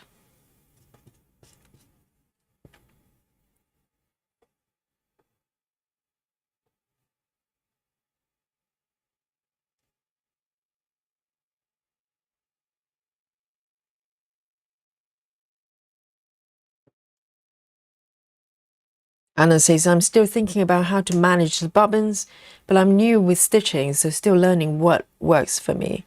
Yes, I think it really depends on the project as well. If you don't have a lot of color switching, so let's say if you're doing sort of dimensions type of charts, you know, it can be full coverage, but the color changes are quite minimum, and just the way they're charted, then perhaps you can get away with bobbins because you don't have to, you know, pull out or change colors that frequently. But if you're doing this type of projects, bobbins just going to be a nightmare.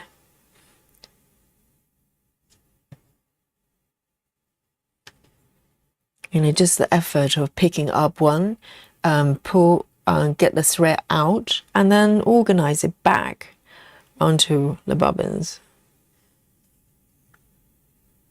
Not for me.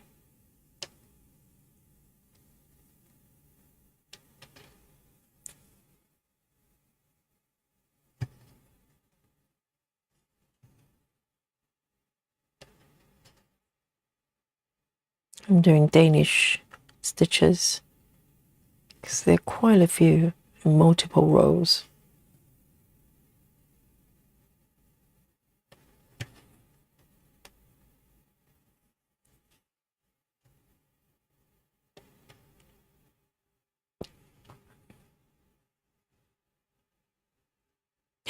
Nudge, not burger. Auto correction. Oh, yes. So Brittany was referring to Komari. Yes, indeed. It's very unique. I think partially that's why she's so fast, because she doesn't spend any time starting and ending threads. She literally just pull a thread, thread the needles and start stitching and then just leave it. Yes, the back is very special. It's kind of a, you know, artwork by itself. It's like a rug. But, you know, that's how she rolls.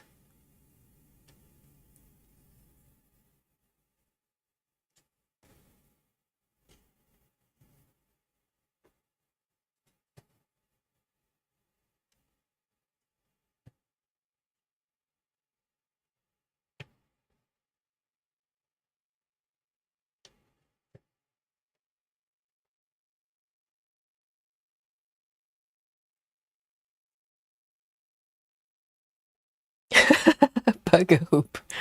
Auto correction. Hello, handmade heaven. Says good morning, everyone. You've done a lot on your project, Yogi. Looking good. Thank you, handmade. Yes, I'm loving it. I just love it. And I got the companion piece as well, a super size. And I'll start it at some point. I have no idea when. I've got a lot of patterns waiting for me.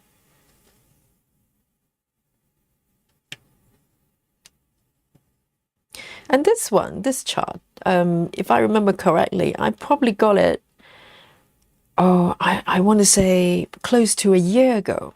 So it's been sitting in my folder, and I look at it from time to time, waiting for the right time to do it.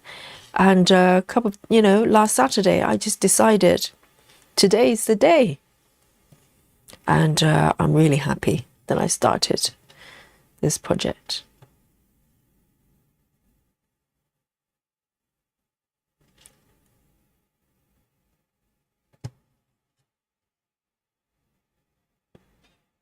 Let me have a look. Why does it look like this? 1, 2, 1, 2. Interesting. Let me count. 1, 2, 3. 1, 2, 3, 4, 5. 1, 2, 3, 4, 5. Okay.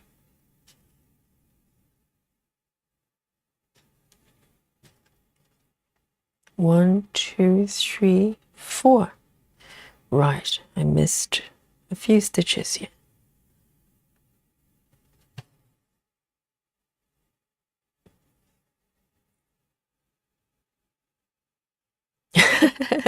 Exactly, autocorrection is a wonderful thing. Probably created many jokes and maybe break a few friendships, I'm sure.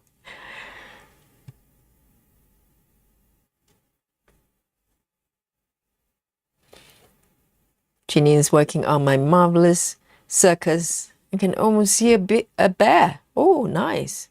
I know, that piece is so much fun as well.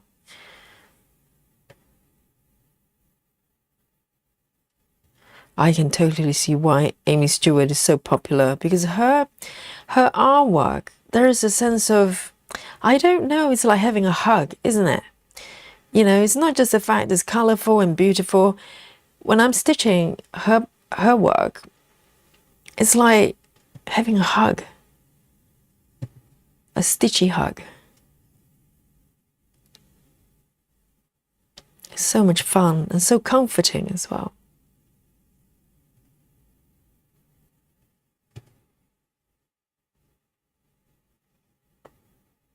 One, 2, 3, 4, 5.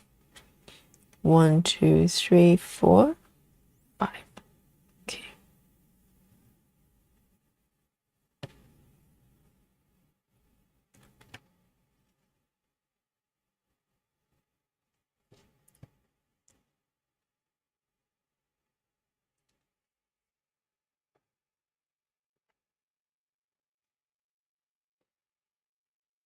So Ring's the bobbin girl.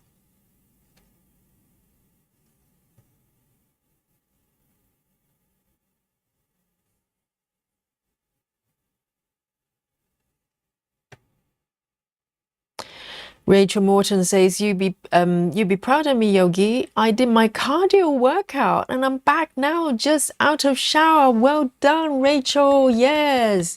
Move the body. Absolutely. Yes. We move so we can stitch. just like Nikki says. I CrossFit so I can cross stitch. Absolutely. Yes, because we spend a lot of time sitting down stitching, and so the health of the body, the spine, the posture, everything is important. So it's good to move, get the circulation going, and well done, Rachel. Cardio is tremendous. Get the heart pumping.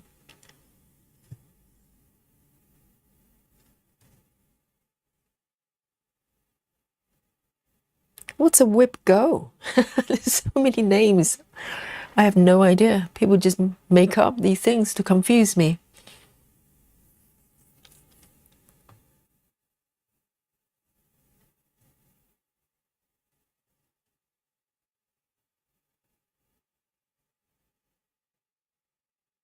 Oh, it's like bingo board, but full of cross-stitch goals and challenges you set for yourself. Interesting. Oh, is that what whip go is?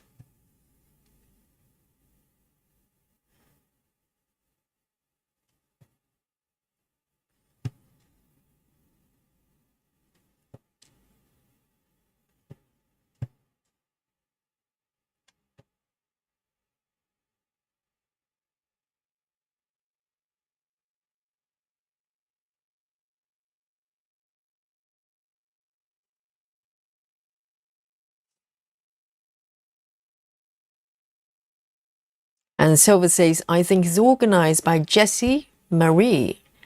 Does stuff. I'm guessing this is probably a YouTube channel. And she calls out 2 numbers, and those are your goals for the month. Oh, but what kind of goals? Like stitch 1,000 a day. Okay, that's not a goal for me. Not gonna work.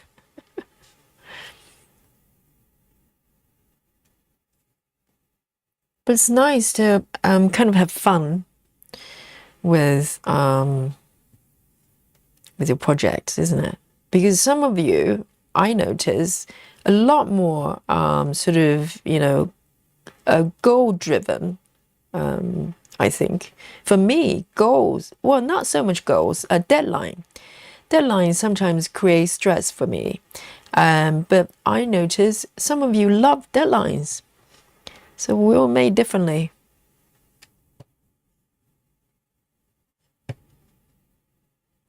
I don't like deadlines. It just makes me want to do something else. So I've got that kind of mind.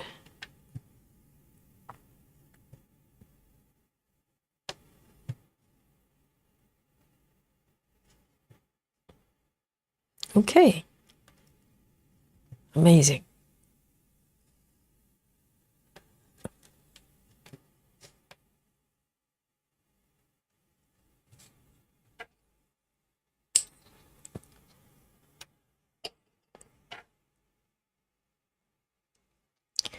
Lovely.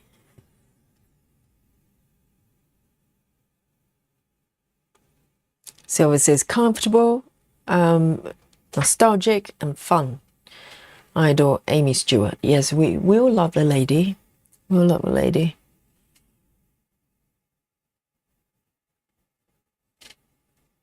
All right. Here we go. So it's a book cover, as you can see. Or some sort of box. Maybe it's a box for toys.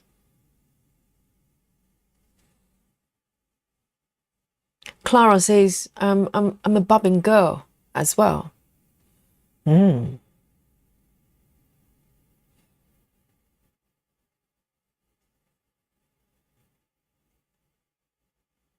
Betty as well. BLT is also a bobbin girl. Interesting.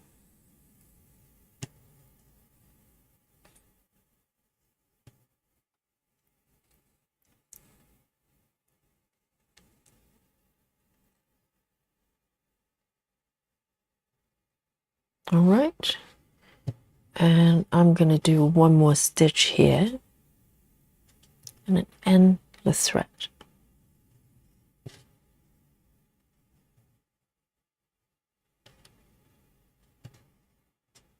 So it's quite extreme. The letters, this area is very confetti, and suddenly it becomes a lot more friendly down here.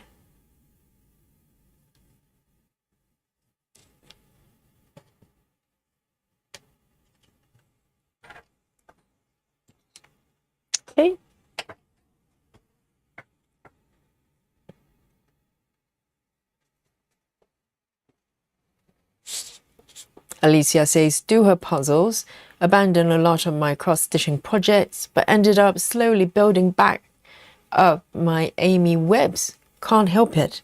Oh, so Alicia is doing the puzzles as well.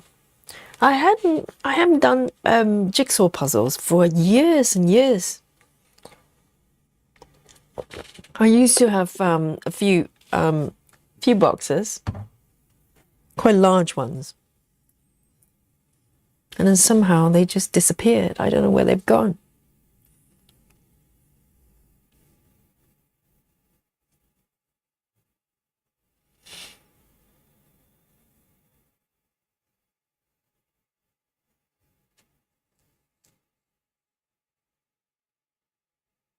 All right, that one, 2 stitches. Oops.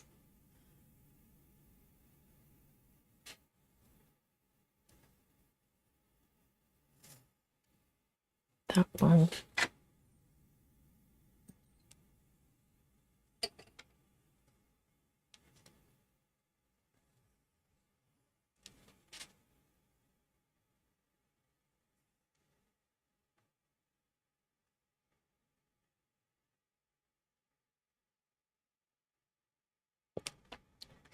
BLT says Jessie Marie is an OG of floss tube. Really?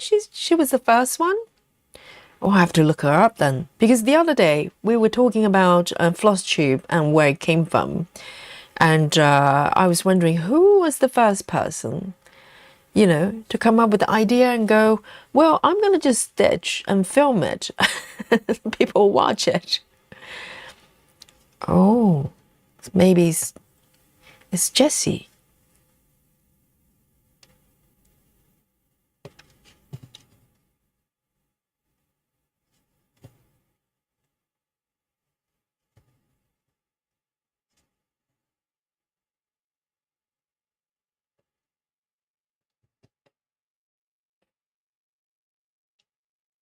So Susan, are you a bobbin girl as well, Susan?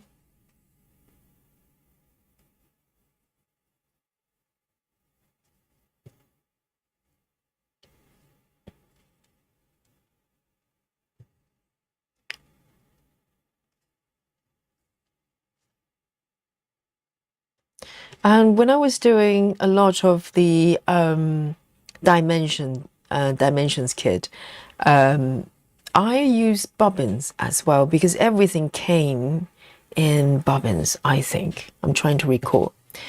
And so I didn't even realize there was such a thing as thread cards. So I did have those boxes that you can stack the bobbins by numbers, etc., or color groups. That's how I did it. And yeah, but since I discovered thread cards, I never looked back. Just a lot easier for me. Right, 311, going back. Here we go. See you later, Nuala. Join us again.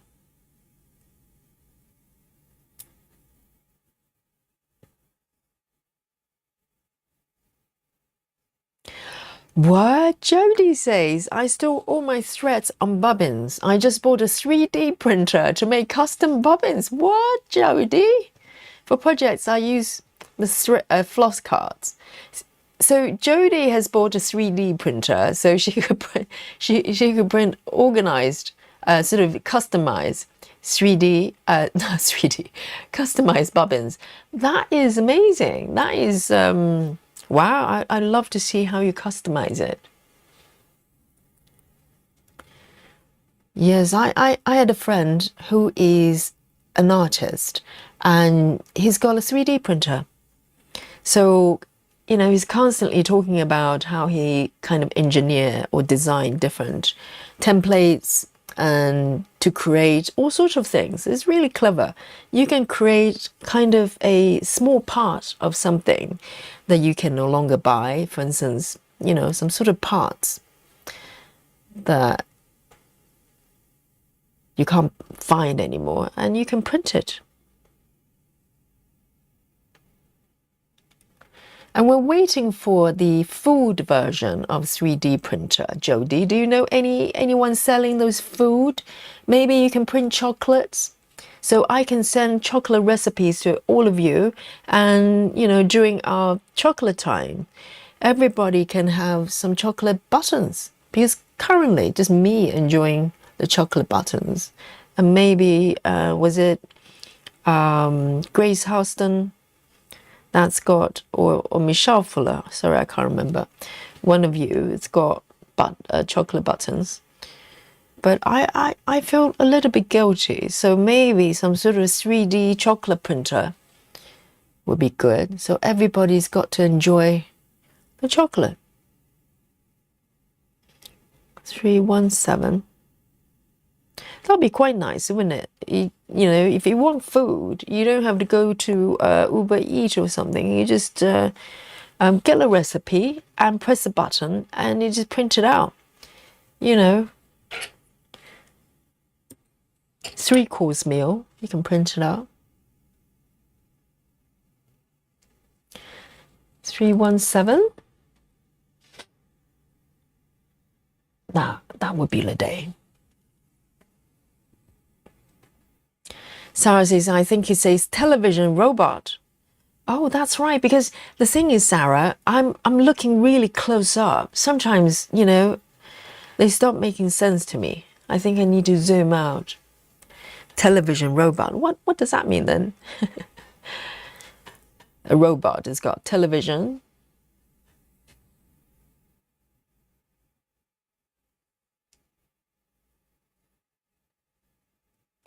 Janine says, I don't really like bobbins because the floss get kinked. I don't want to have iron. I have to iron my floss to make it straight. It can be, yes. It's just the nature of the bobbins. And also the hassle as well. You have to, unwind the threads, pull out one strand, and then, have to wind it back. It's too much for me. But I think, if you enjoy that process, then, it's quite nice. Oh, I think something else is happening here. I can see it. Look at this. Let me do this. Let me do this in order. Okay, 9:30. 9:30. Ooh, 9:30.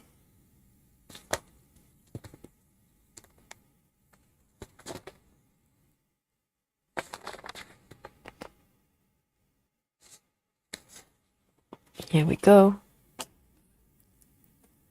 Maddie, hello. Maddie says, Yogi, exclamation marks. How are you? I am good. How are you? Maddie, where have you been?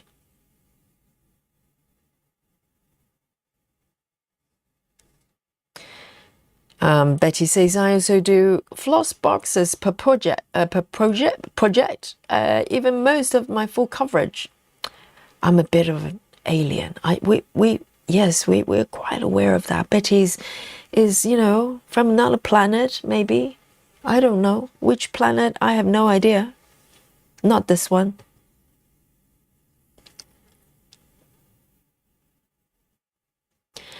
Travis, hello. Travis says it is looking amazing, Yogi. Yes, I know. I love it. I really love this pattern. I know I say that for every pattern I'm stitching, but I'm just loving it. And I also got the companion pattern as well. Super size, okay. So this is the latest development. And I love this method as well. And I know Travis is also experimenting with this method.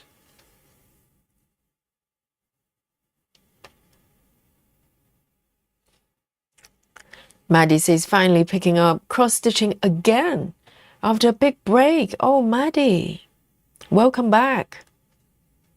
Time to stitch.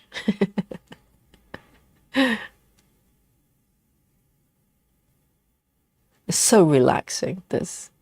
And every day I'm working on a different project. And every day I'm thinking, this is so much fun.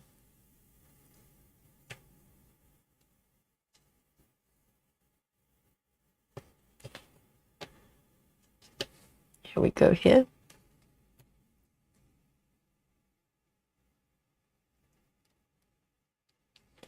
Right. Party time, party time. Okay. Here we go. I think this bit is starting to transition into something else. I don't want to look at markup. I know I can just cheat and look at it. I don't. I just want to find out stitch by stitch. 4, 3, 6. 4, 3, 6. 4, 3, 6.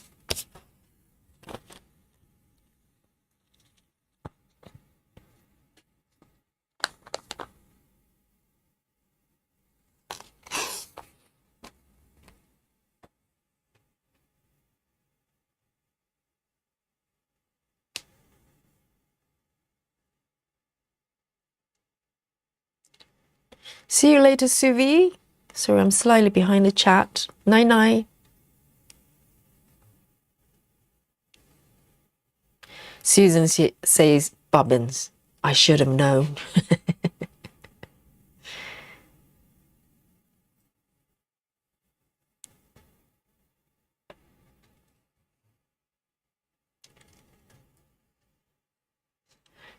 Sarah says, I'm only 77,000 stitches left on Monarch.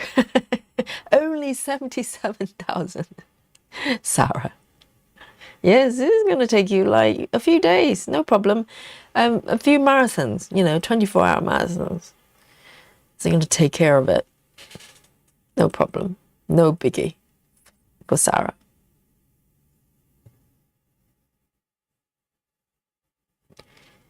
See, it's transitioning into a different color.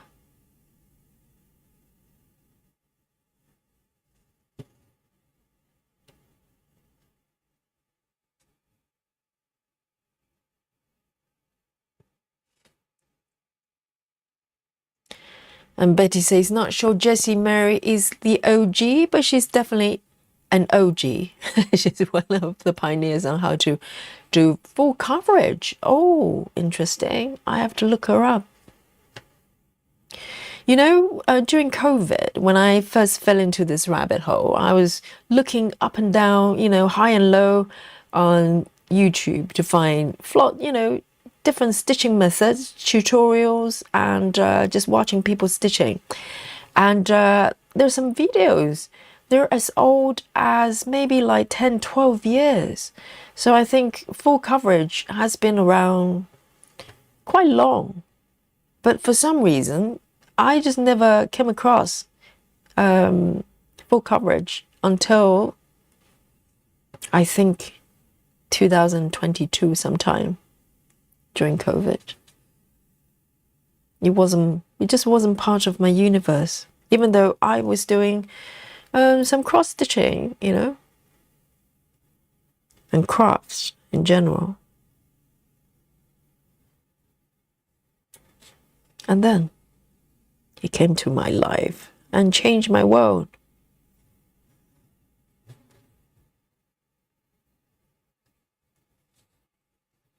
Sarah says, a good time for chocolate break. Yeah, why not? We can have a chocolate break. Jody says, my kitchen is a 3D full printer. Tell me what you want and I'll print it. Oh, I love to come to Jody's kitchen. Yes, Jody prints food. And I think you can call restaurants, food printer as well. That's very funny. So Jody sounds like a good cook.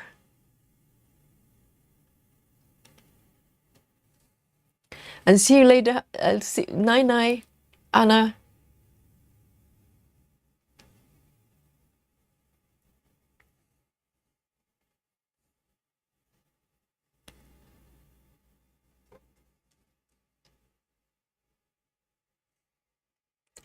Brittany says printing 3-course meal sounds like a one-car factory. Yes, can you imagine? If there's they can invent some sort of raw material that can literally just transform into any kind of food you want. And because 3D printer, basically you have a kind of base material, kind of plastic type of thing. It's a silicone or something, I don't know. But if they can create something that's full based, and they can just print it out and turn it into all sorts of things, I think that day is going to come.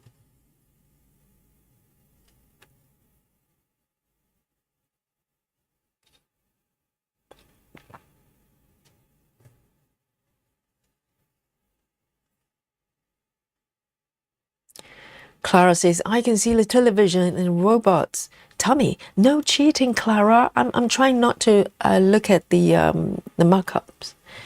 I'm trying to find out stitch by stitch and be surprised.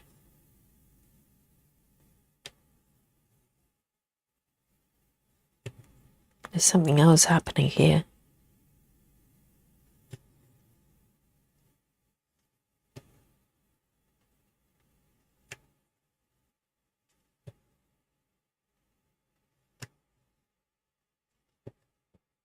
All right.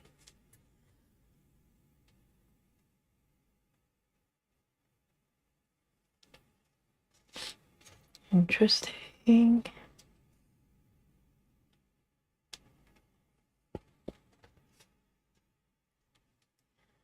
Alicia says, talking about chocolate, I recently discovered Reese mini Christmas trees. They come unwrapped, like a mini unwrapped mini Reese cups. They're adorable. Oh, in Christmas tree shape.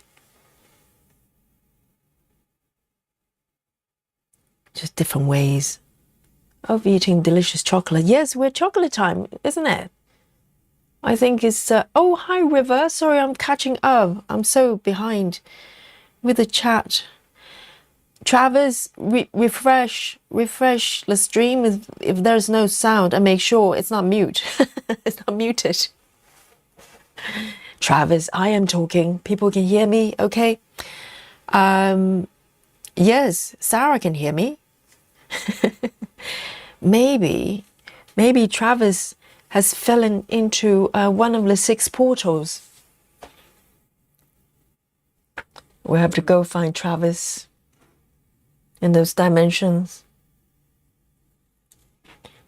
All right then, let me zoom out a little bit. Let's have a little bit of a chocolate and coffee break, shall we? Yes, chocolate time, guys. Yes. Let's follow Sarah for a bit of chocolate. So today I'm going to come back. I'm chocolate buttonless today. So you know, there's no 3D printer technology available just yet. So I am eating this one, green and black organic chocolate, 70% cacao, intensity. I like this one. So green and blacks, I just realized they're not available everywhere. Apparently, it may be UK or Europe. I have no idea. Chocolate time. Yes. And this one, what I love about it is it comes with proper tin foil, because a lot of chocolate now, they use kind of wax papers. I don't like it. I think chocolate has to come with tin foil. This is part of the chocolate experience, right? And you tear it apart like this. You can hear the sound of the tin foil. That is so good. Yes, go for it. And let me know what you're snacking. If you don't have chocolate, sorry, I can't help you. Until the printing chocolate machine is invented, you know, you have to bring your own chocolate. There you go. 1 block. Yum, yum. Busy Mom says, I just got my exercise today. I just shoveled. I just shoveled the snow off the driveway with my daughter. That's proper workout, I guess. You know, in London, it never got to the point that I have to shovel anything off my pavement. But that I think that's quite vigorous. Busy Mom, well done. Marsha, hello. Sorry if I haven't said hello to any of you. Hello. Marsha, good morning.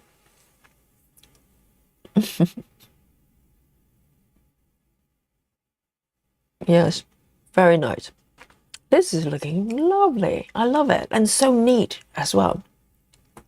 And I can just focus on moving forward. I don't, all of this area is completed. So nice. Cheers, everyone.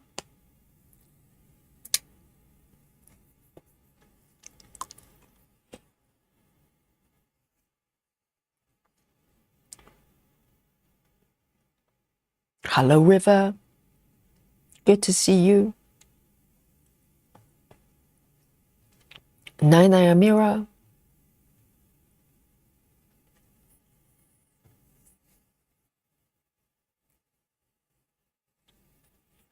Janine says painting fairy does the floss on organizers and they're plastic, which is great. Yeah, I think the drawback of the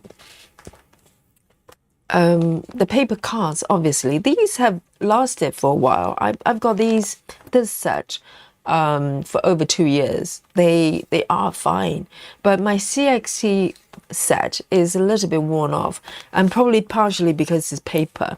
But plastic ones I think is quite nice. But are they quite thick? If they're really thick for a big set, like a master set, is going to be very bulky. But they're probably more durable.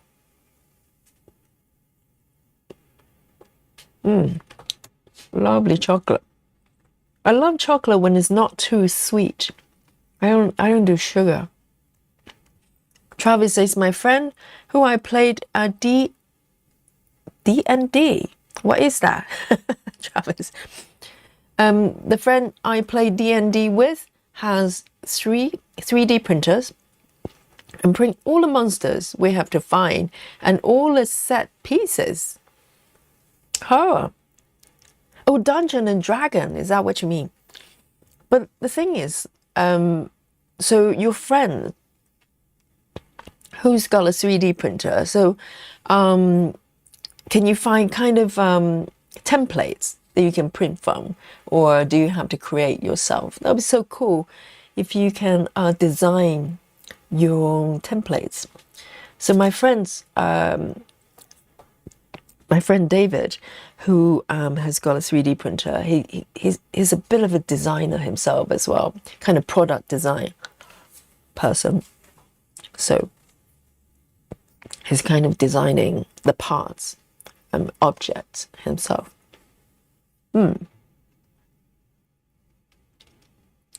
Susan says, Yogi, you need to order 2 bags of buttons at a time. I did. I finished both of them because I get my chocolate buttons from Amazon grocery, £3.50, great price, bargain. But if I don't get to order groceries from them, I don't get the buttons. So maybe it's time for another order soon. Because normally I get fresh ingredients by myself. I actually go to shops and get fresh ingredients. But things like cat food and tin foods, not that I have tin foods, but that kind of stuff I buy from Amazon.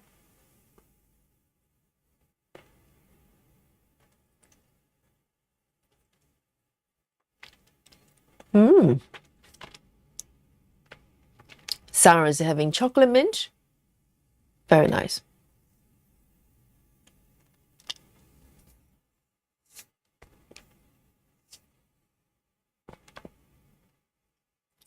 Janine is having pizza and chocolate at the same time. Oh, having pizza at chocolate time. Controversial. Janine, it's snacky time and you're having pizza. We had that discussion about whether pizza can be snacked. It's inconclusive. It's it's up to you, I guess. Yes, Dungeon and Dragon, I figured that out.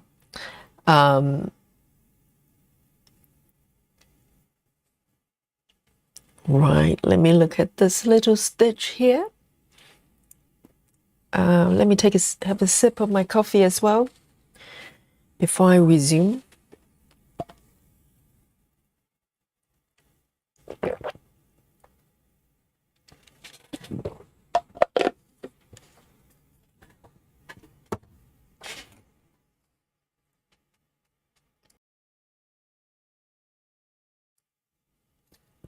Right.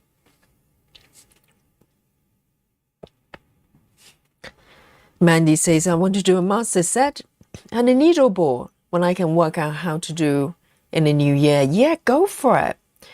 So for newcomers, for if you just found the channel, okay? So I showed you my master set. I should just quickly show you my needle board, just the concept of it.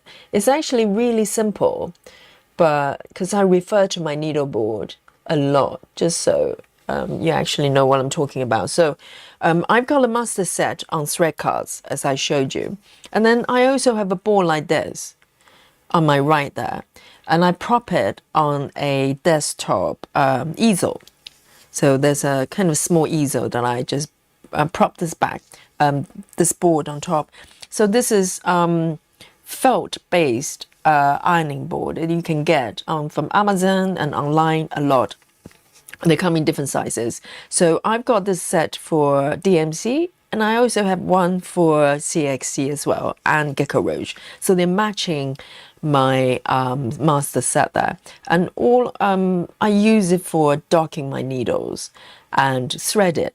So it means it's really quick if you need to switch needles with confetti areas in particular. And you just, you know, find the needles. These are based on DMC numbers, and find the needles, pick it up, stitch it, couple of stitches, pop it back. That's it. So it's very, very handy. If you're thinking about building your master set, having a needle board is also a very good idea. It becomes very efficient, and it makes, you know, single stitches less painful because you don't have to go everywhere. Thread it, find the thread first, thread it, unthread it, and so you have a place to dock your needles all the time. The only disadvantage, if you can call it that, is that you need a lot of needles. That's the only thing. You have to have more than one, Sarah. And Sarah has been using the same needle since 1994.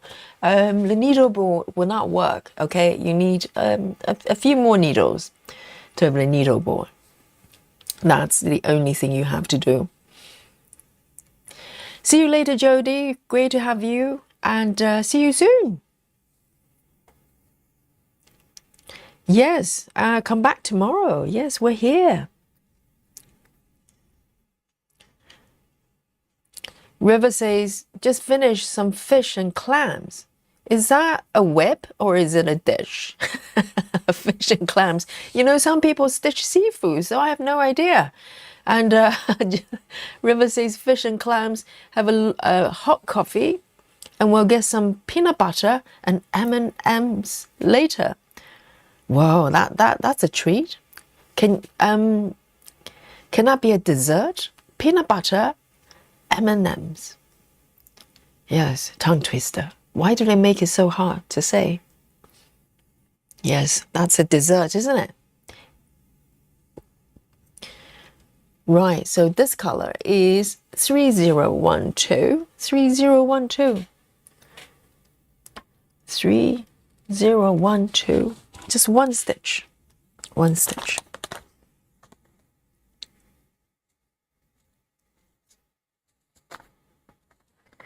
Must be really important to have just single stitch there. Nowhere else. Literally. Oh, I can park down here. A little bit far away, but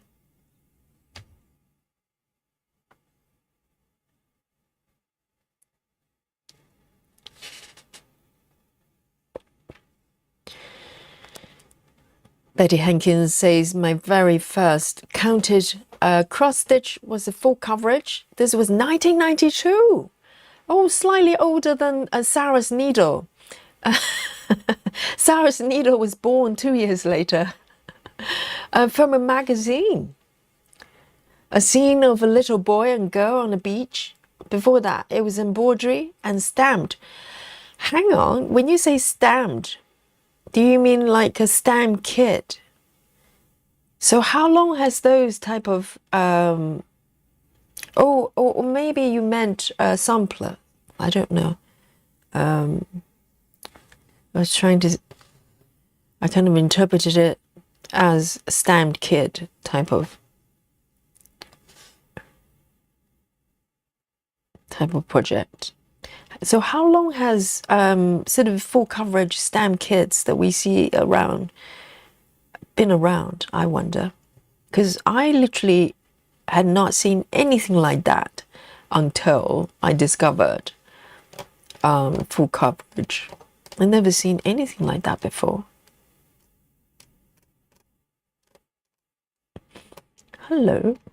This one doesn't want to come down here. Yes. Just one stitch. I think I'm going to part them. I can park it here.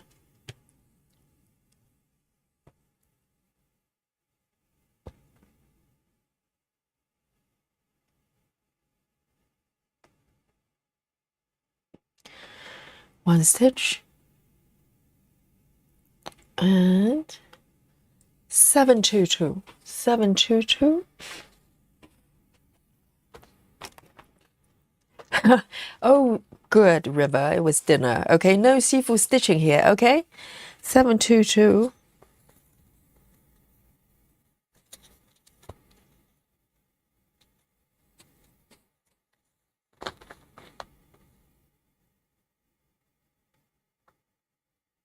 It's an orange, light orange.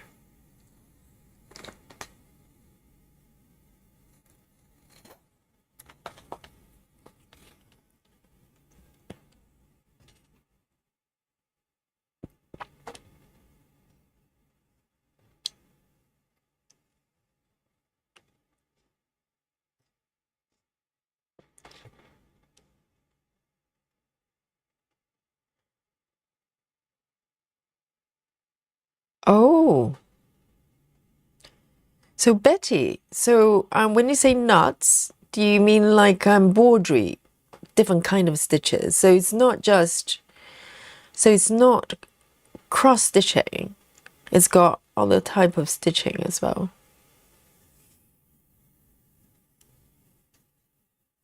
I'm quite hopeless with embroidery actually.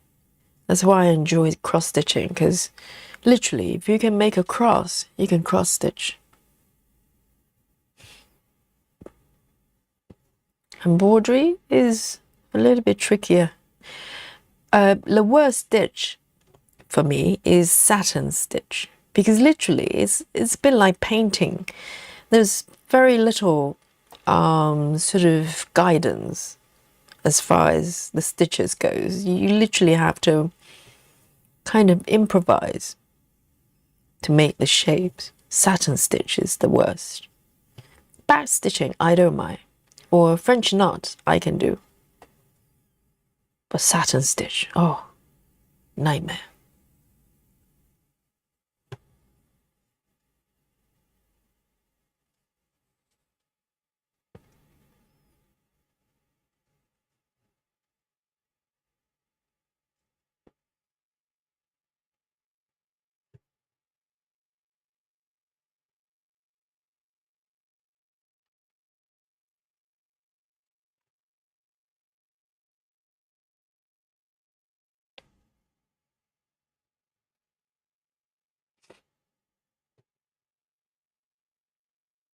Travis says I'm enjoying a nice cup of coffee, and Marek is enjoying a warm bottle of milk. Not drinking coffee yet, with a hint of whiskey or brandy. And watching Yogi stitch. Oh, Marek. You know, learn from Yogi. When you grow up, when you stitch, keep it slow, okay? None of that speed stitching nonsense. Just keep it very slow. It's more fun that way.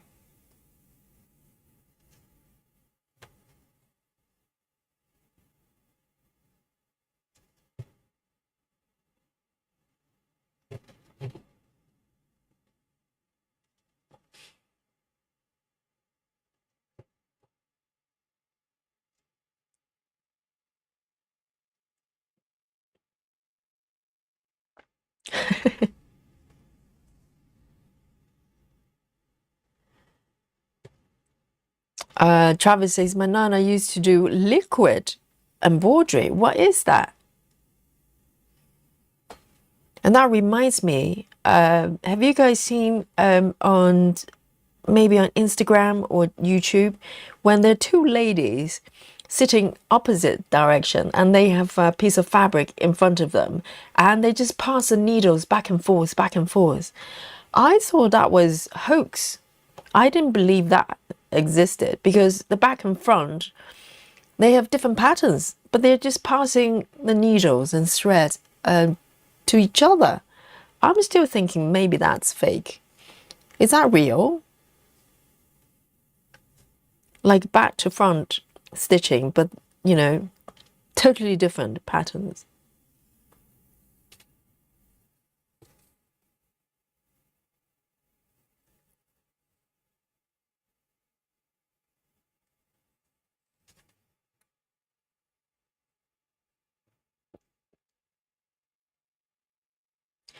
Janine says, I cannot do French knots at all.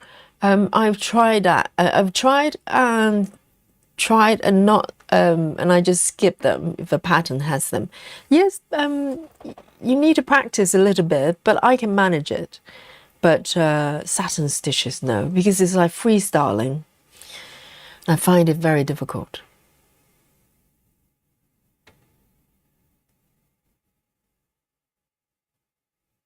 All right, so 158, 158.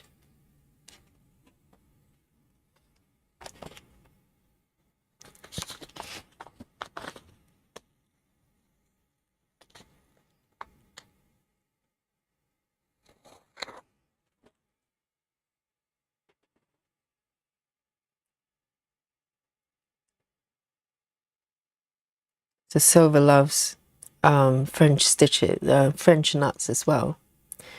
And there are different ways of doing French knots. It depends on how many times you wrap. You can make the knots bigger or smaller. And the trick is not to get sort of jammed. The thread can get jammed if you're not careful. I had to practice it quite a bit.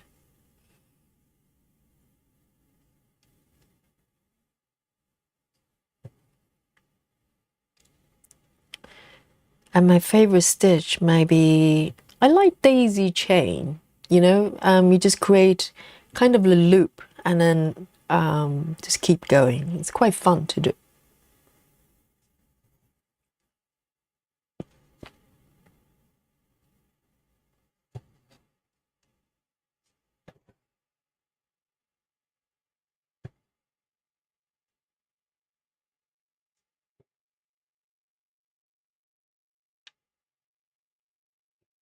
Right here, I'm going to park 1, 2, 3, 1, 2, 3.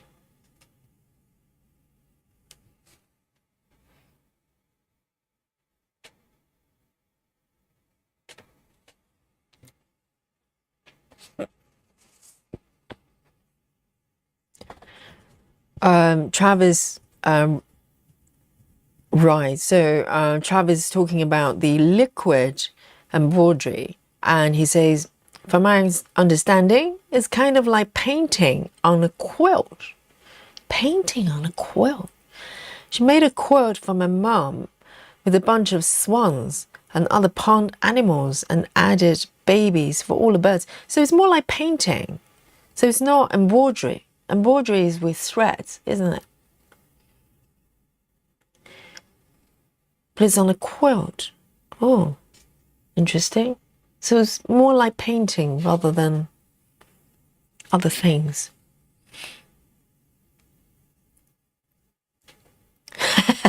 Ginny. Ginny says, when I try to do a French knot, it just looks like when your floss gets nasty, rats, nest nuts. I kind of know what you mean because I think in the beginning, when I started doing French knots, the thread just gets jammed and get caught when you try to pull it down to finish the knot. I get it, but I think there's a trick. I haven't done it for quite a long time, but I think it's not trying to pull the thread too soon. You need to do, trying to remember. Yes, I had to practice a little bit, but there's a way you can do it without that happening. 3854, 3854. Do I have it? 3854.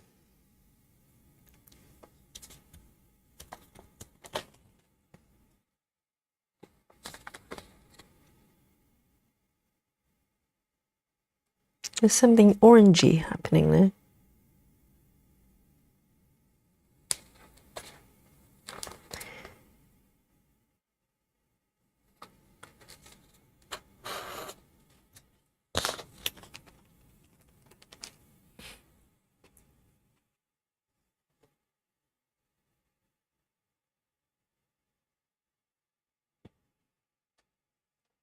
Rue says you can replace French nuts with petite beads. Oh, that's true. That's very similar effect, isn't it?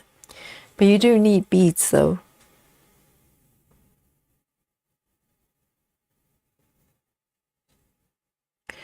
Indeed. If you really hate it, just stitch little beads.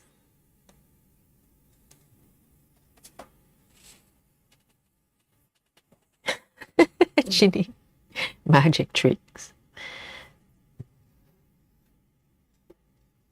I think it's when you, when you wrap your thread around to create a knot, when you pull a thread down finally, you need to tuck all the threads down before you pull the thread through. I think what happens is when your loops, are still quite open, quite loose, that's when everything get kind of jammed together.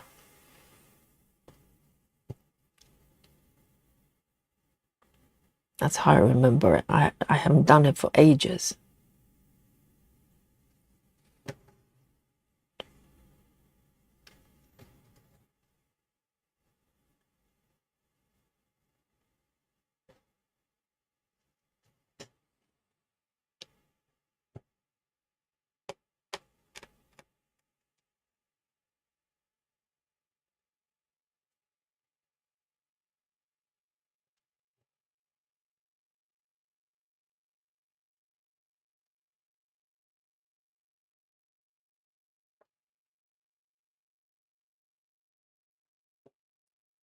Betty says, instead of doing French nuts, try a colonial nuts. Is that different? I have no idea. I'm not familiar with that one.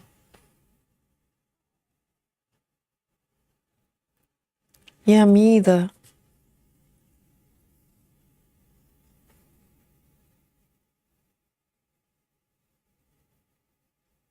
All right, let me come down here and do a few more stitches here.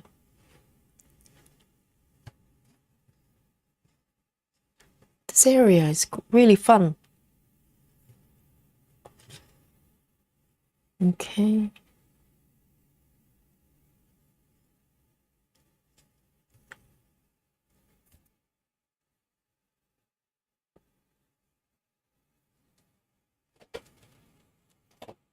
Ah, Clara says, plus remember not to go down the same hole when you do French nuts. That's such a good point. Yes, it's all coming back now. Yeah, sometimes you just go straight down the same hole. We're talking about French nuts here, okay? Yes, you need to insert needle a teeny weeny bit over. That is very true because you want to catch the nut and keep it there. So yes, that's a very good point.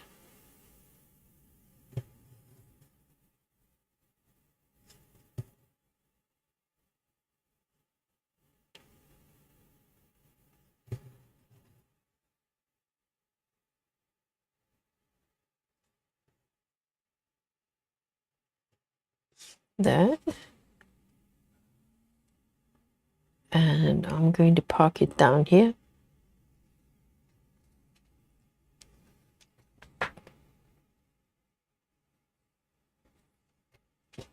Right.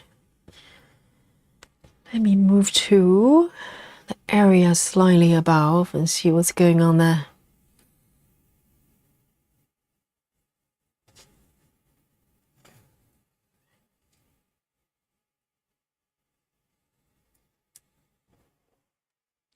Yes, Jeanine, I think the point Clara just made may be the key there.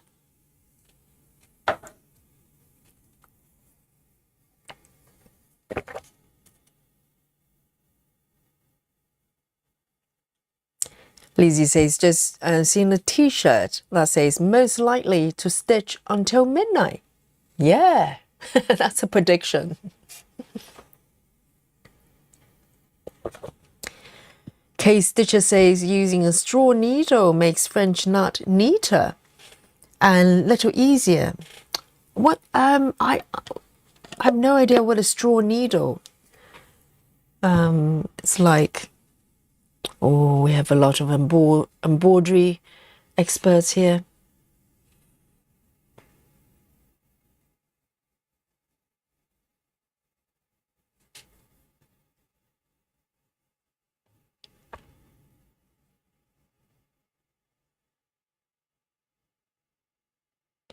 Clara says I had to do a whole row of queen stitch on one of my samplers, and I hate that stitch. What is a queen stitch?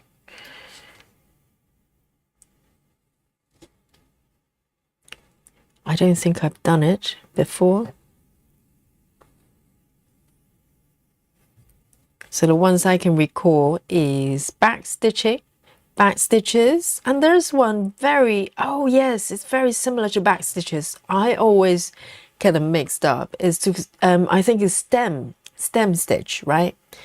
I always get them mixed up. Back stitches and stem stitch and satin stitch. What else? Daisy chain.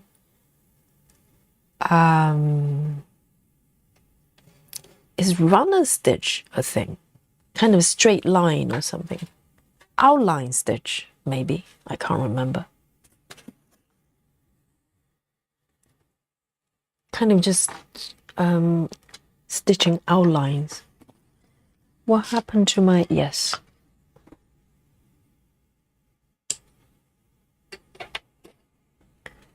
Three 3808.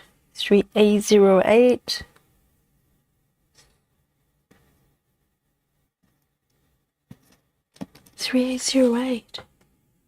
It's already there. 3808.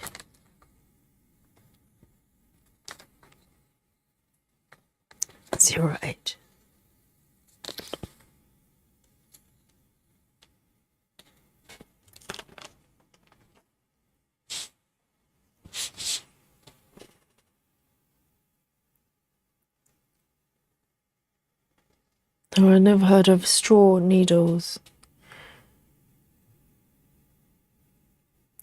Oh, Travis says on my dimensions piece, there's a thing called couching.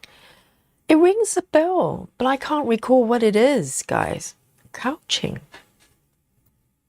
Is it like a type of stitch? Or maybe it's just kind of doing outlines. I don't know. I can't remember. It sounds familiar.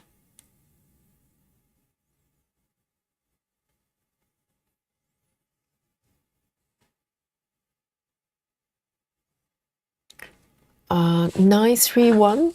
931. 931.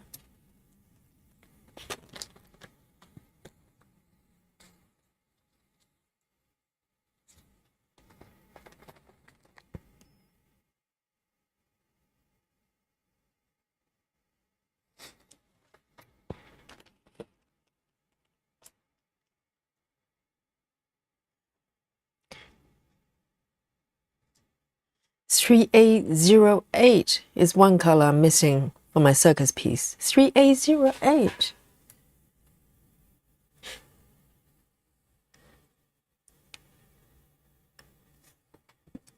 Oh, the one I just finished.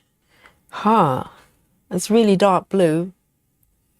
Well, I'll send you the recipe to print it out, Ginny. You will have it in minutes. The magic of 3D floss printing. You can print out 6 strands DMC threads.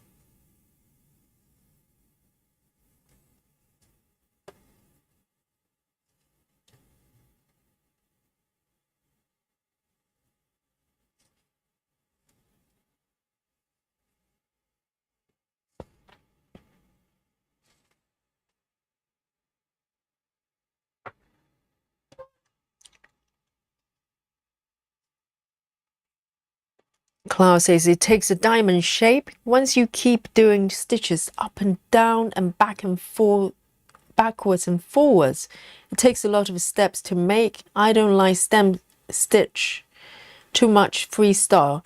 Well, same as satin stitch. And I always think it just uses up so much material, because sometimes you need to build it up almost like 3D, slightly embossed. And that's a lot of DMC threads right there.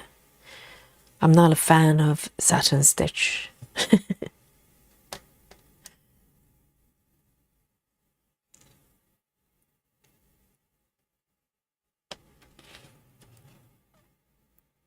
One, two.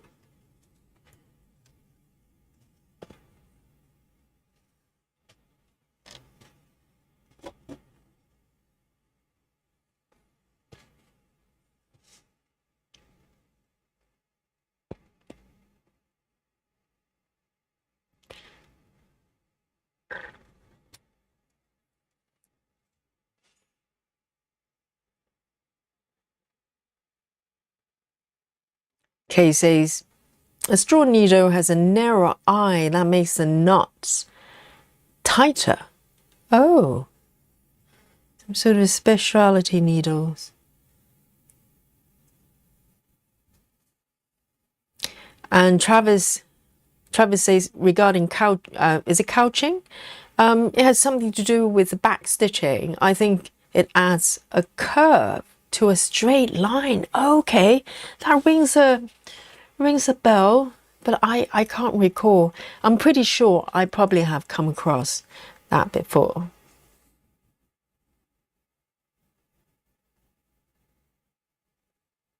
Yes, embroidery. It's interesting, but at the same time, it's a little bit more scary than cross stitching. Cross stitching, I can relax, whereas embroidery, I get very nervous. 169. 169.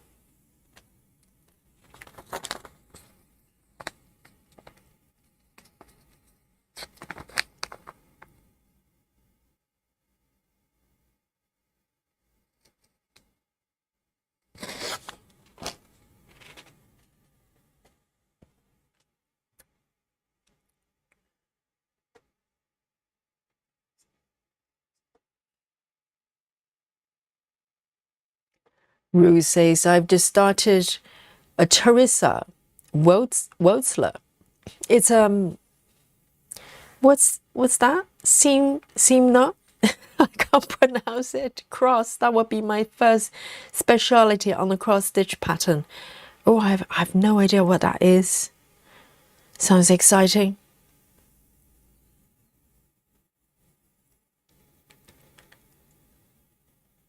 Yes, Ginny.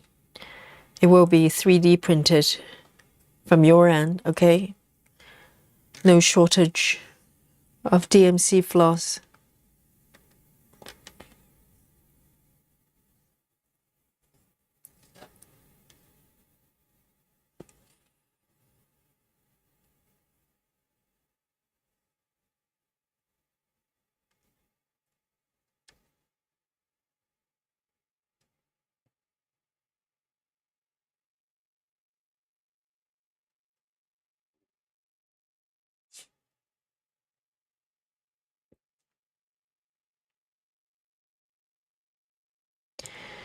So Rue says it looks like an asterisk. But does that mean, does it involve multiple stitches? Does that mean just stitch a shape like that? 1, 2, 3, 4.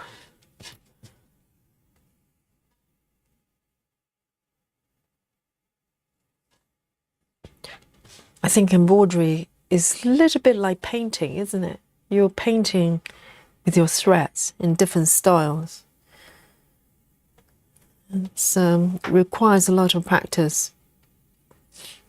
All right, I'm going to come back a little bit back to this area, see what I can do with this.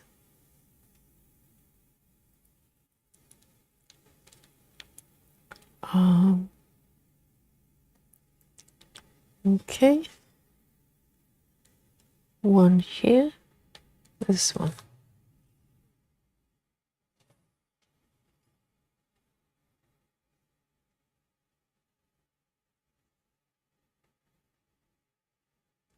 Oh, I see, rows. So it's literally, you do a cross, do a plus sign and then cross over it. So literally you're just making shapes with multiple stitches. It's not like, you know, French knot. You're trying to do it in one go. So you're just building the shape with multiple stitches. So that's probably quite a nice stitch for snowflakes, right? It's literally the shape of a snowflake.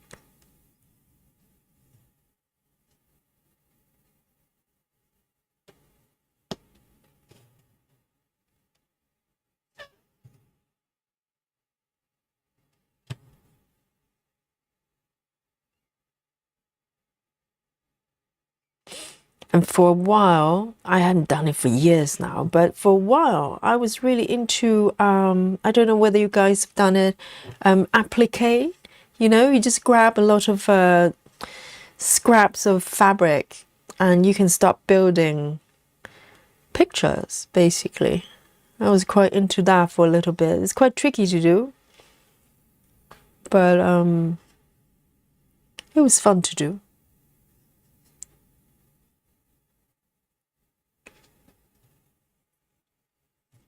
That one.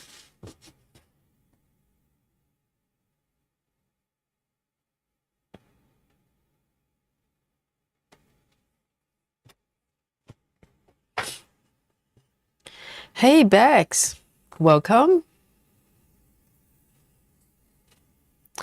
Michelle Fuller says if we start 3D printing floss, Nikki, what set up all a 310 filament for a printer.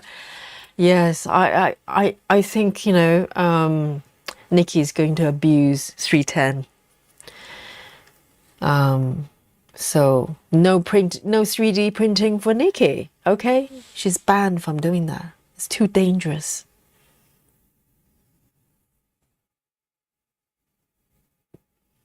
There'll be a worldwide shortage.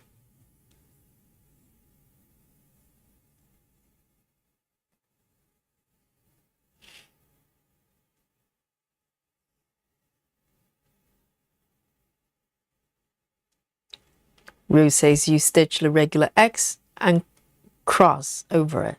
So Rose is doing the other way. Rose is doing a cross first. A plus sign first. And then cross. I suppose it doesn't make any difference. I probably have done it before. I just didn't know the name. I think some patterns they call for those stitches.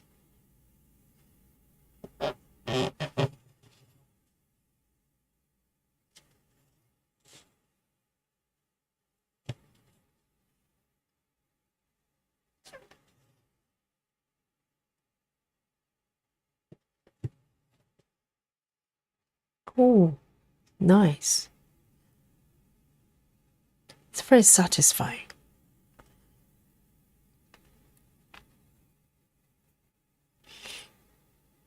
Okay.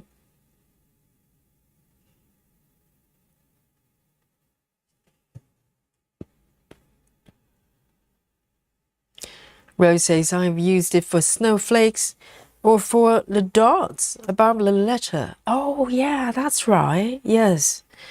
Or J in my Christmas pattern by stitching with the housewives. Yes, that'll be quite pretty. So you replace the dot of J, for instance, or I, with a snowflake. Yes, I can. That works for me.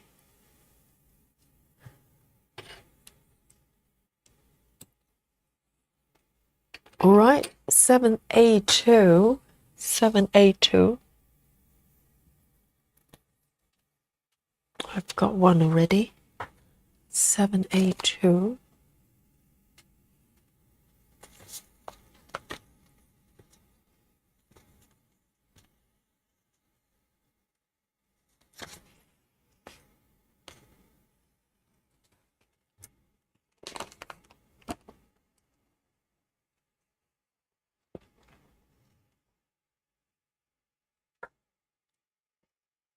So Ruth has looked up the YouTube channel.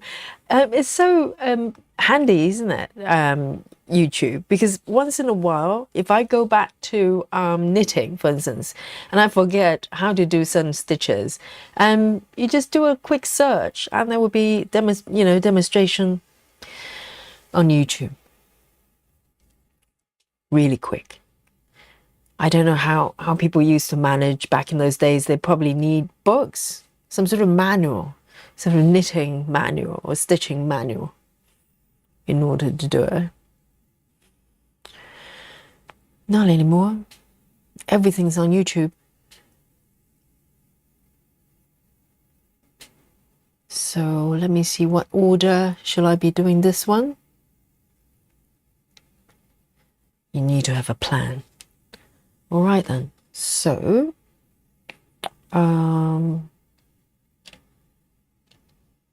do I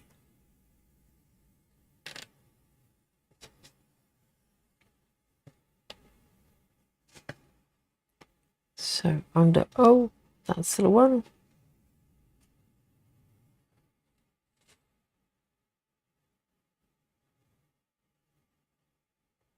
So with this way of stitching, color flow method, you need to be able to kind of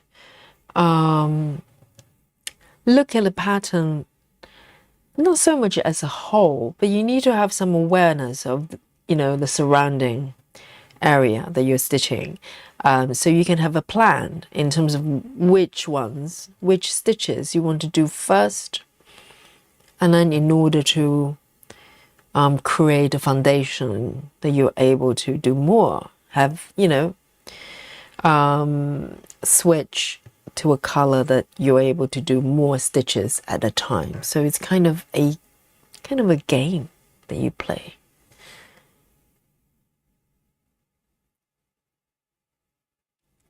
So here we go.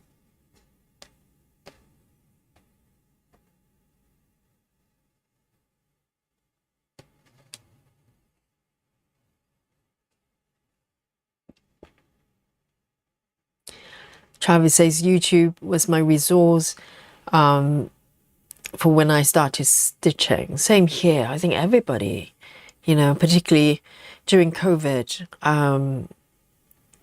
I had to learn so many things from YouTube because, for instance, even household DIY stuff, and also plumbing, for instance, there's so many tricks I learned. I probably don't really need a plumber for a long time because I've learned so many things just from YouTube.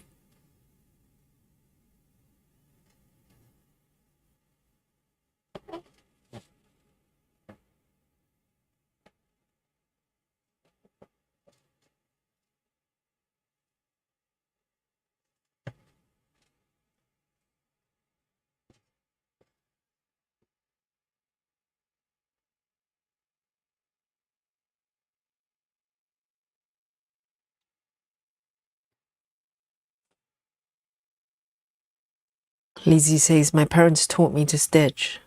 That's really nice.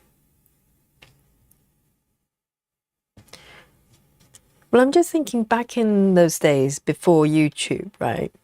If you want to learn something, you kind of have to buy a book, don't you? Or join some sort of course in order to learn it.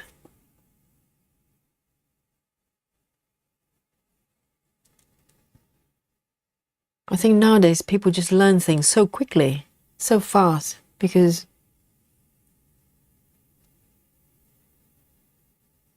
you can find information so quickly.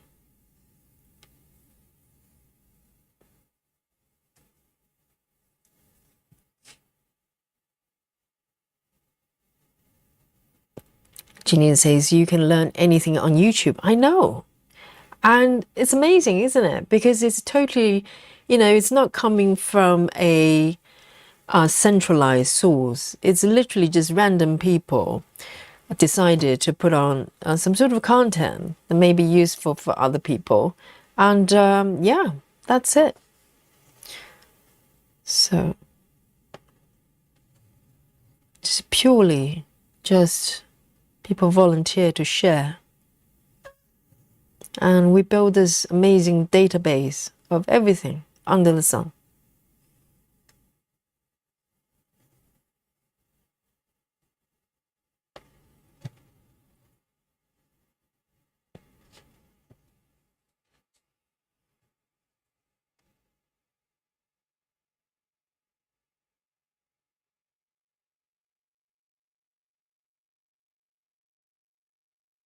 There.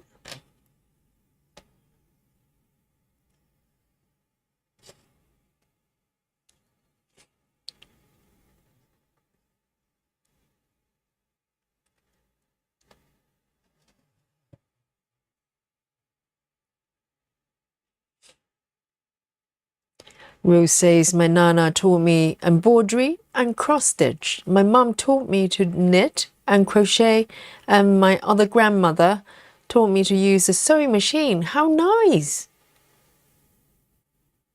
Just generations of ladies in the family that pass on these life skills. I do think sewing, for instance, is a life skill. And cooking as well. I think cooking is definitely a life skill.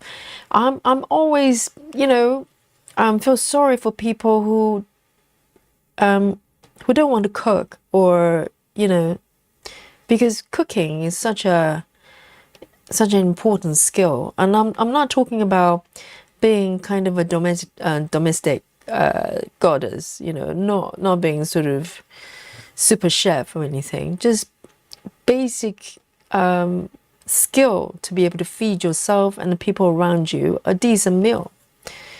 And particularly during COVID, I think that's probably even more, it became more important, because a lot of people probably never try to learn to cook, finding themselves slightly stuck. People who don't even know how to boil an egg, probably. They can't just go out and go to restaurants and eat, and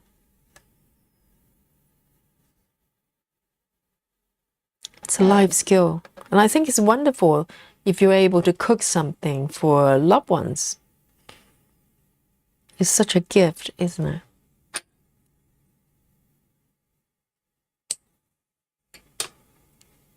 Seven, 4, 2.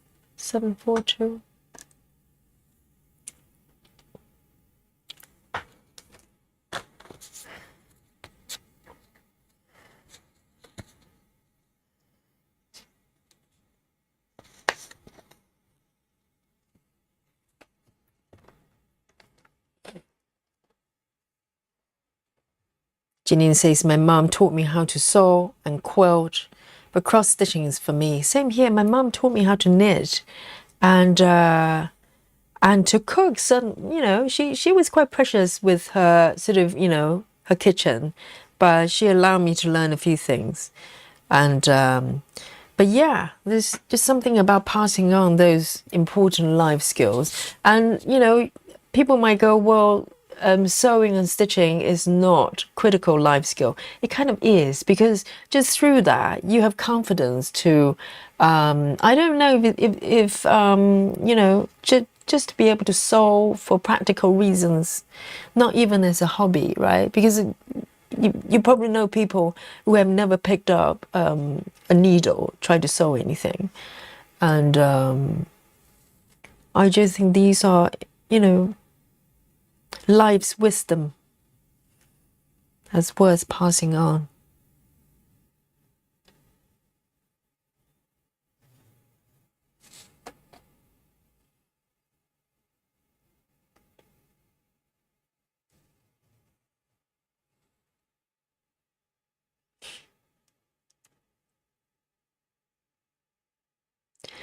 Jeanine says, I just recently looked up YouTube on how to get battery out of my motorcycle. I mean, you can practically find anything, right? Even really niche things that no one ever thought about doing. There's someone somewhere put out a video to show you how to do that. Totally. Betty Hankins says, I learned how to change the brakes on my car recently on YouTube. I know, it's amazing, isn't it?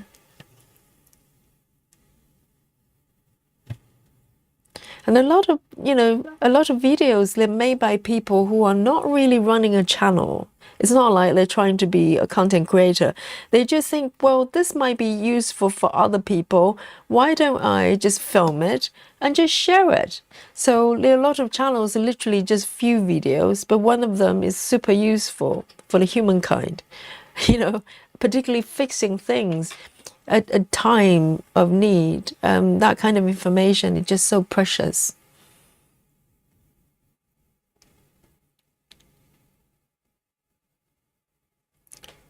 Nice, 7-6.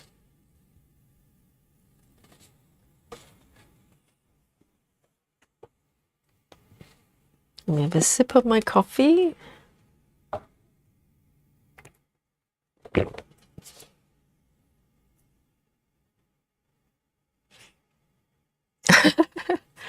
Alicia says, just realized the symbol I'm stitching is not the color of my needle. I have 934 on the needle, and at some point I click symbol for 310. What's 934 then? Is it quite light? 934. I haven't got that on my board. Yes, it can happen. It can happen. So sometimes it's quite useful to cross-reference the swatch as well if you're using an app. I think if you're working with paper, you don't have that reference, do you? Whereas if you're using a markup app, they show you kind of a representation of the color. So I have to cross-reference, otherwise, yes, if it's just down to me reading the numbers, I get it, you know, read it backwards sometimes. And I could end up with very, very interesting colors.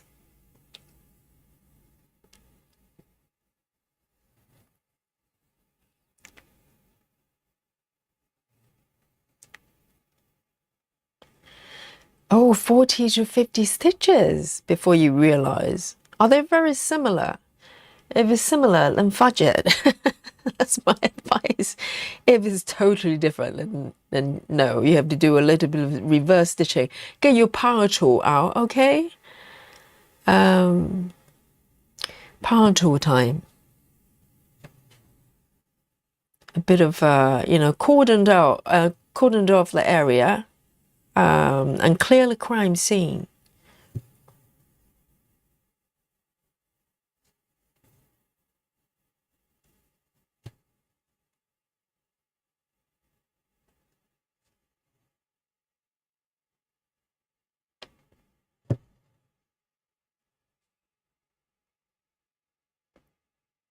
Okay, this one I'm going to end.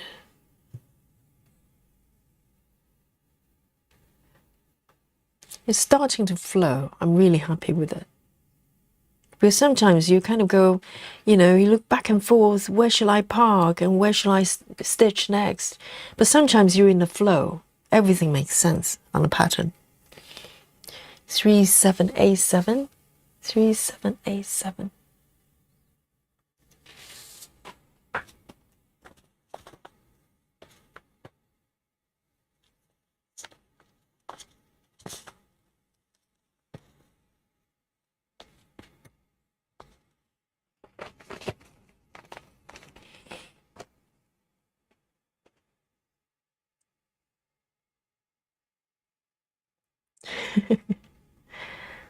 It happens sometimes.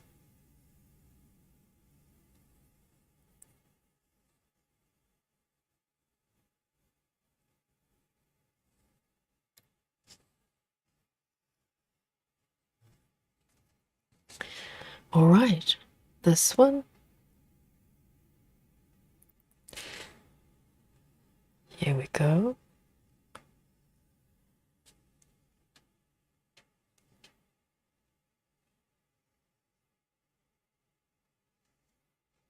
One, two, three, four. Okay.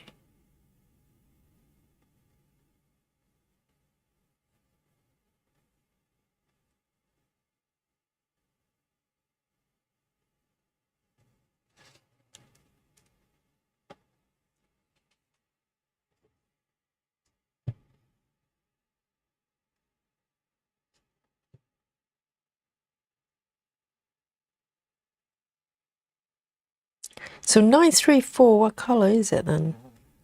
Let me have a look. If it's very different, then yeah. Because there's so many stitches. Oh, 934. Okay, 934 is like green. It's dark, but it's not quite 310, so I don't think you can fudge it. Then it's power tool time, Alicia. Bring it on. If you don't know how to use your power tools, you know, Yogi can demonstrate. Even though Yogi had, yeah, I think I'm doing quite well today. No need for power tool today yet. Fingers crossed. Fingers crossed.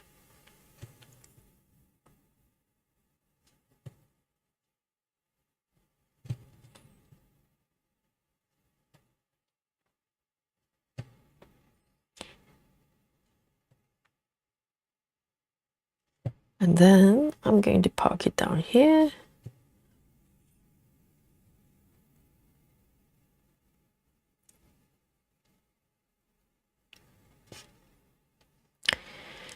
Interesting.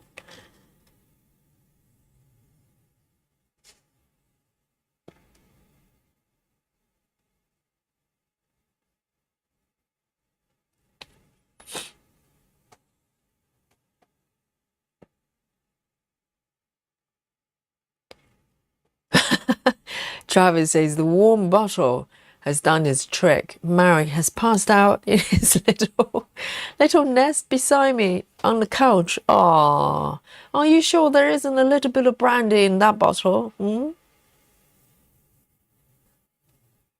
It's okay for the French.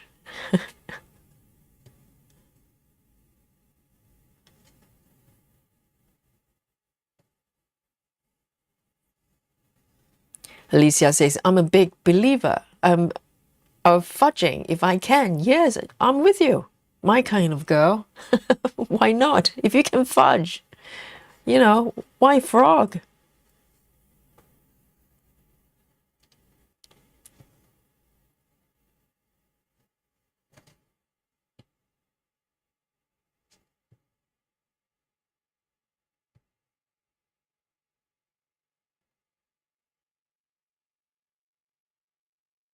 Right? Gonna park it here.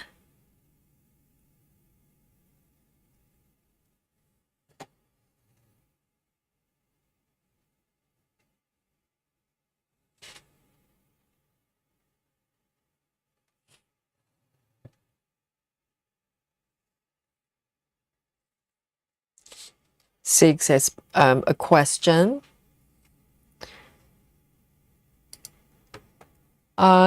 Sig says, I think misspell, not dies. Does anyone have a suggestion for interesting podcast? Seeing that we have a lot in common in this community might be nice to try out. Yeah, I'm sure everybody's got some suggestion. Do you have any topics that you're interested, or kind of just any kind of podcast? I do watch a lot of true crime related. Not so much podcast. Depends on what your definition of podcast is. Not just audio. I just watch true crime documentaries or videos talking about certain cases. I enjoy that. But if you like something a little bit less true crime, then I'm sure there'll be lots of suggestions.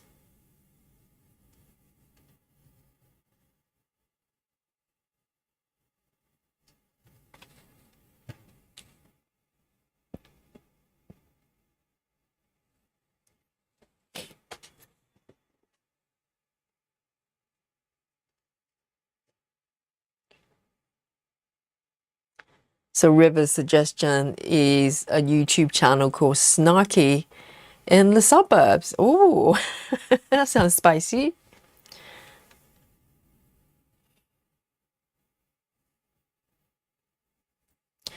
And Travis, one of my theories got discussed on one of the most popular Game of Thrones podcasts on the internet. Feel like a kid on Christmas morning when I heard my name. Oh. So did you propose any theories for them to discuss?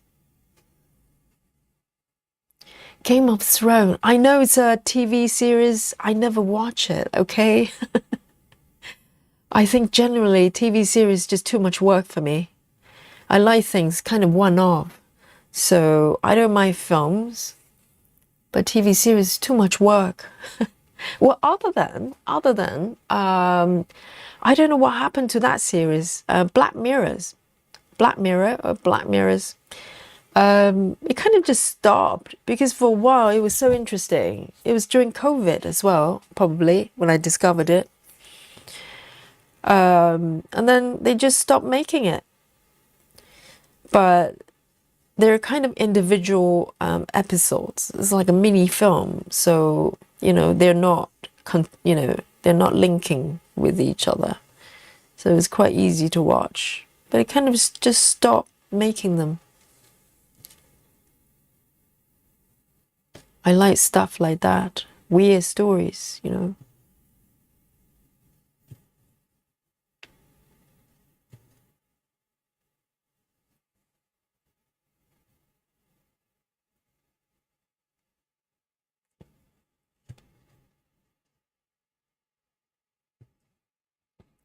Hi, Alandria. Hello. Says evening. Oh, I couldn't sleep, so here I am. Join us, Alandria. It's too early to go to bed. Alandria is in the UK as well. Chloe says, I'm struggling to keep my eyes open, so go to bed now. Yes, have a rest. Night-night, Chloe.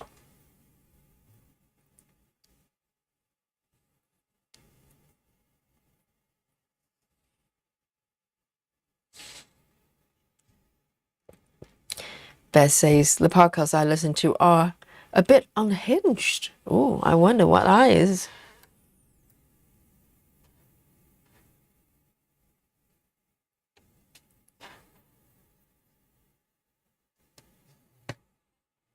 Okay, just one stitch here. I can part downwards.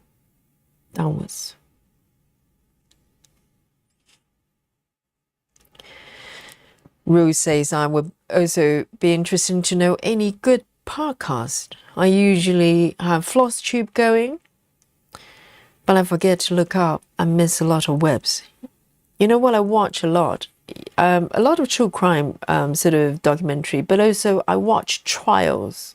Literally, for some people, it's like watching, paint dry probably. But I'm just so fascinated by trials, the procedures, the law, and,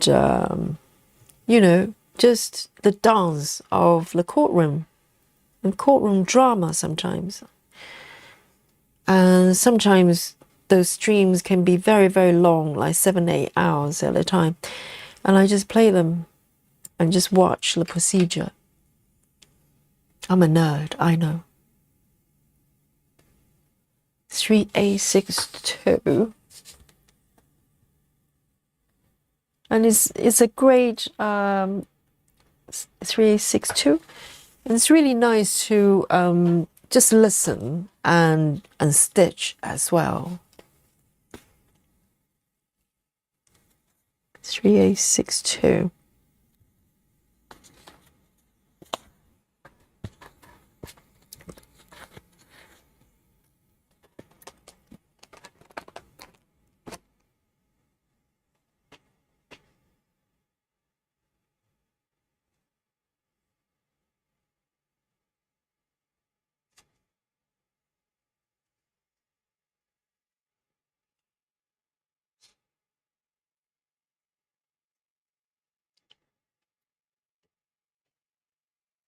Okay, next one.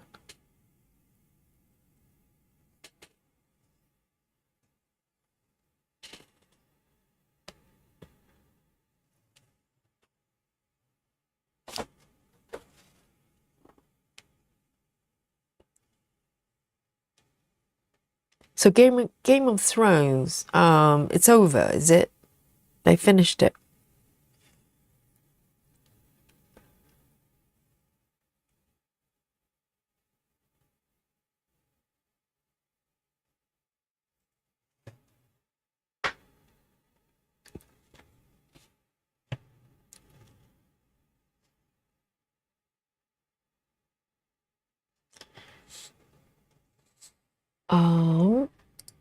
Okay, so Bez has got a lot of suggestions. I put it on the screen so you can have a look.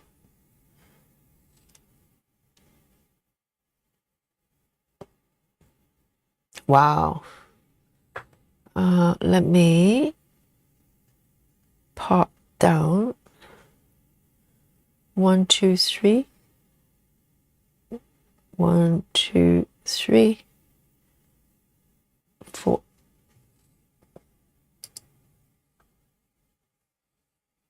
So Landra is working on traveling library. Yes, I find if I try to sleep because I have to get up at a certain time, normally I have trouble sleeping. So normally when that happens, instead of just lying there staring at the ceiling, I try to get up and do something. A lot of times, if I don't pressure myself to sleep, I become relaxed and it's a lot easier afterwards. You can't force yourself to sleep. It doesn't work like that.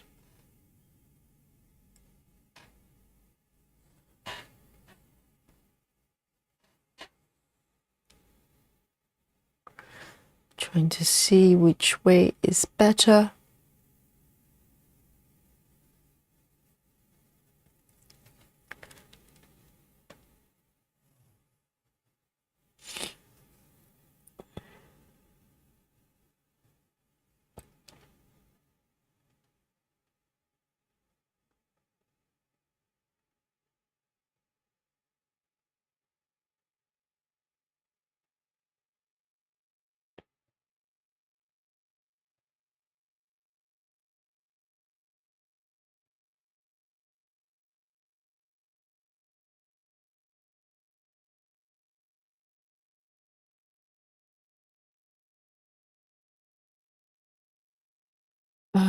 I might just park it here. Decisions.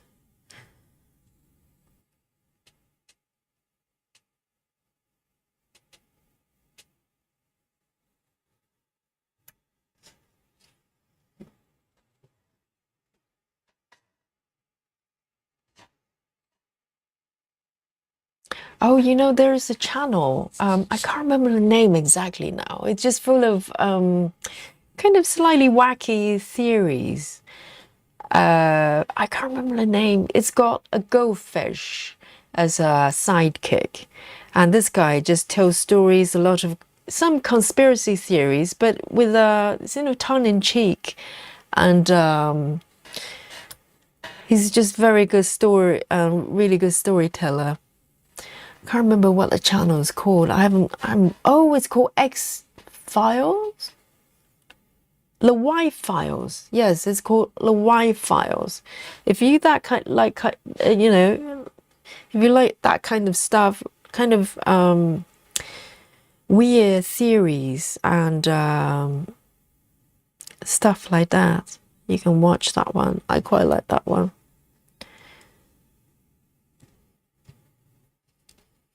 I just like strange things. All right, let me see. I can park it over here.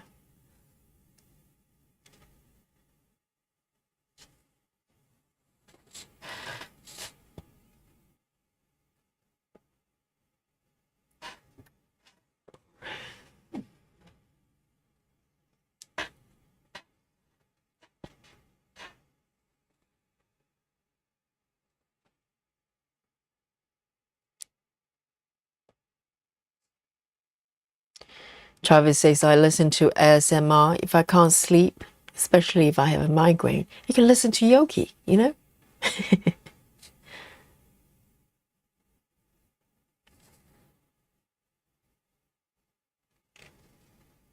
The Y Files, yes, Kimberly is aware of it.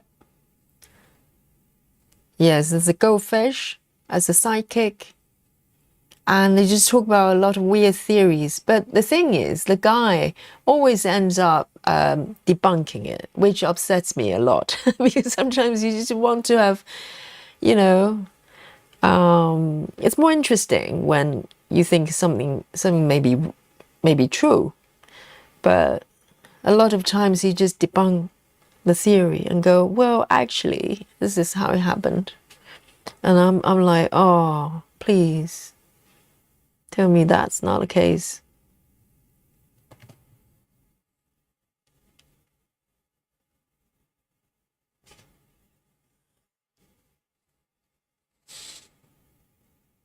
I can do this one.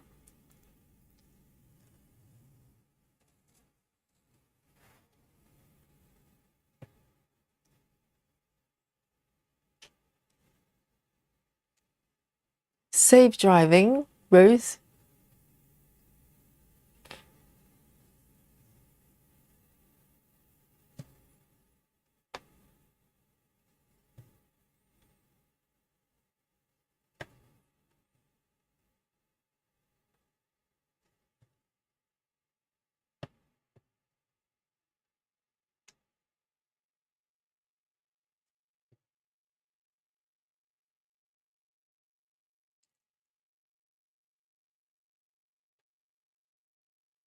Janine, do you not like speech-based content? You like this one. We're just talking. So podcast is just a lot of talking on different subjects.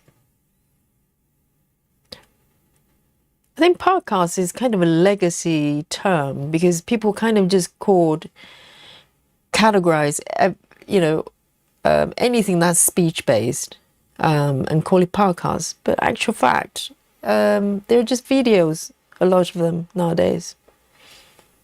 Because podcast was derived from the Apple app, isn't it? They used to have the podcast app. But nowadays, it's really just anything that's speech-based content.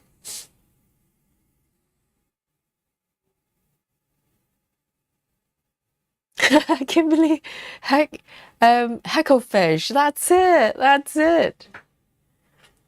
I always wonder whether that speech was by the host. Do you think he's doing the voiceover himself? Because it's going through some sort of filter, voice filter, but it sounds just like him.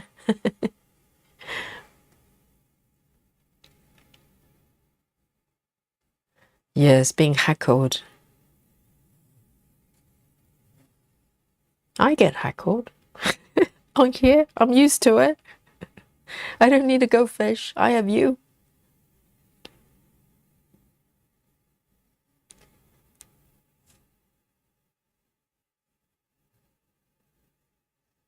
See you later, Kimberly.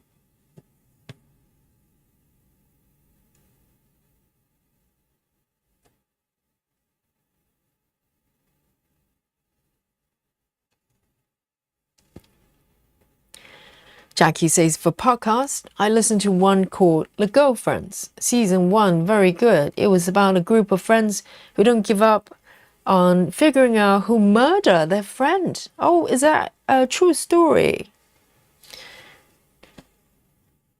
Wow, The Girlfriends. Sounds interesting.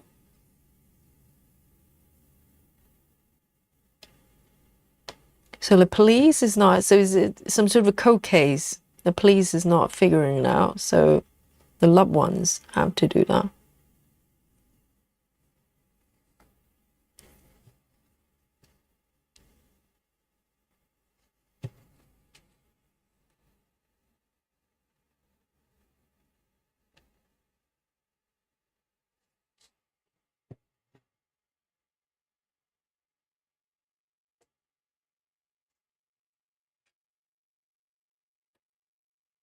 Nine seven six.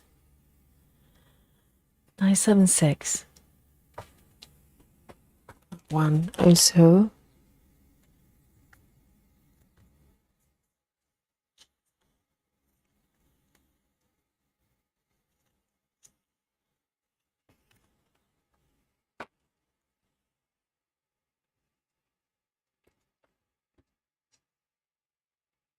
Janine says, I don't mind speech-based and stories, but I have no idea how to listen to one.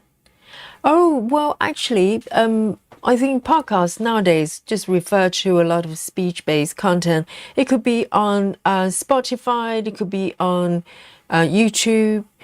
Some of them are audio only, but I think nowadays a lot of them are actually in a video form. So it's just general kind of genre of content, really. I think when podcasts, I think the podcast app is no longer there on Apple, but it used to be just, audio only. You can listen to stuff through podcast app, but I don't think people do that anymore.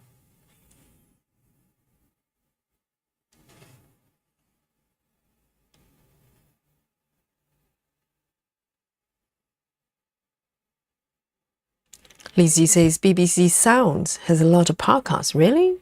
BBC Sounds? I've never heard of that. BBC has a lot of sort of bits and pieces channels. BBC 25. I don't know how many channels they've got.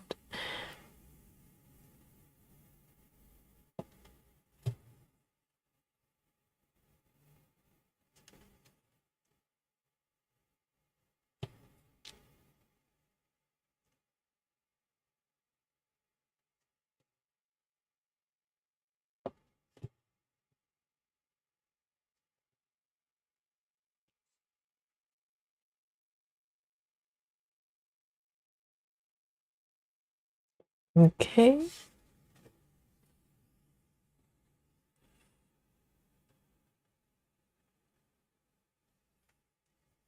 So Jackie says, a true story. But season 2 isn't good, unfortunately.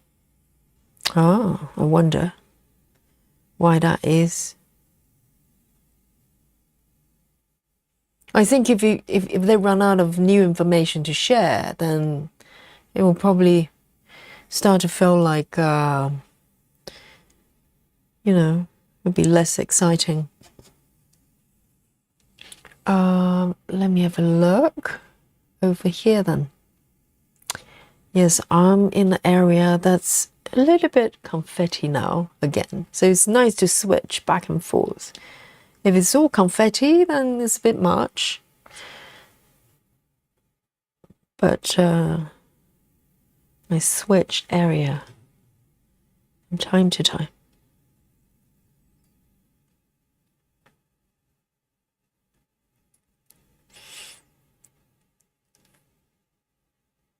Oh, Travis says, I also like watching movies and TV shows I've seen before as background noise. Movies? Well, it depends on what kind of movies, though. If it's kind of a thriller, that's not very relaxing. Yes, I think the equivalent of that for me would be trials. I do watch a lot of trials. I know it's probably unusual, but I like it.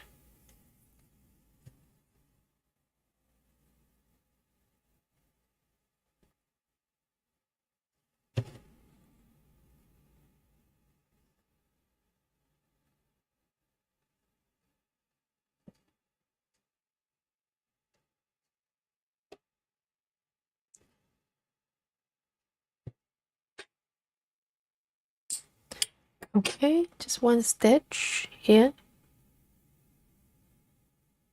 520.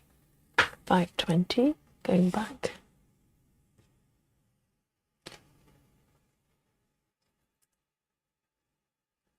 Janine says, I watch sports for background noise. It's great for stitching because you don't have to watch much. But that's provided you're interested in sports. If I listen to sports, I'll probably just lose my mind. And also it depends on what kind of sports, isn't it?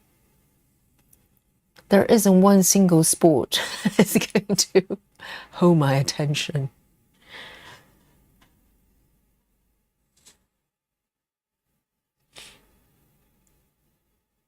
No. One.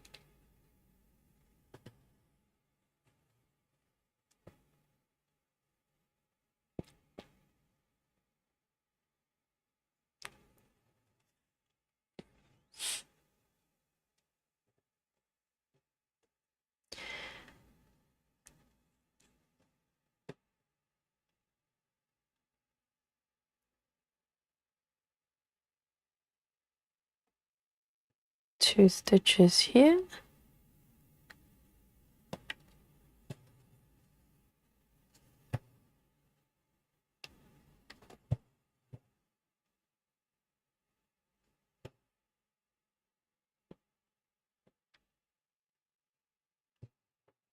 Yes, I think a lot of people play floss tube in the background as well. I can totally see that. 1, 2, 3. 1, 2, 3. Hang on.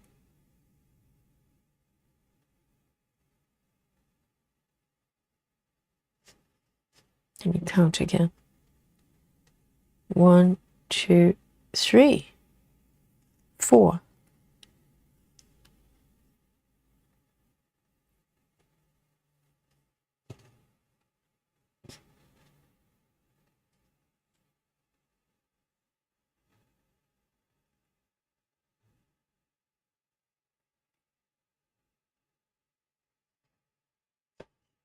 Oh, Karen as well. Karen Southland says, I enjoy watching court cases. Yes, I have company. Yes, it's just something about court cases. Obviously, depends on the cases. Some are more interesting than others. But I just, I'm really interested in how they run the trial and the procedures and everything. And I love listening to kind of pre-trial or between, kind of, how do I put it? Kind of when the jurors are away and kind of, behind the scenes stuff. I'm really interested in that kind of conversation because trials, I find, they're like, it's almost like putting up a show for jurors. And, but there's a lot of background, sort of behind the scenes stuff that's going on that's not being seen by the jurors. And I find that's really fascinating. They kind of put on a show and for them, and But as a sidebar, unfortunately, sidebar, you don't really know what they're talking about. So there's another layer of behind the scene. So as someone watching the trial, you get to see a little bit of behind the scenes stuff, but there's another layer of behind the scene things. That's the sidebar. You don't know what they're talking about. Let me see. 1, 2, 3.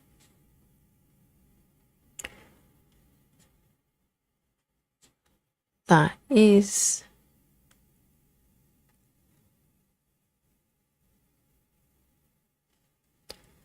two stitches. Where am I? Oh, yes. Totally missed the spot. See, this block has got so many park threads here. I can't even find the spot to park. 1, 2, and here. This block has got probably about, I don't know, 15 park threads minimum.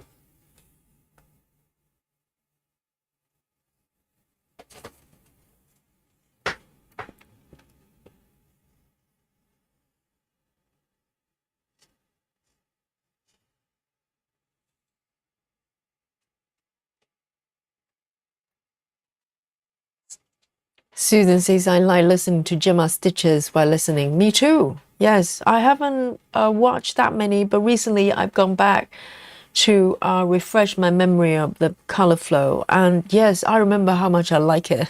Because sometimes, you know, I get busy because normally I listen to floss tube or watch floss tube when I'm stitching. But since I've been stitching with you, I actually have less opportunity to actually watch floss tube. And yes, having watched Gemma stitches recently, I remember how much I liked it. Definitely recommend it. Highly recommend it.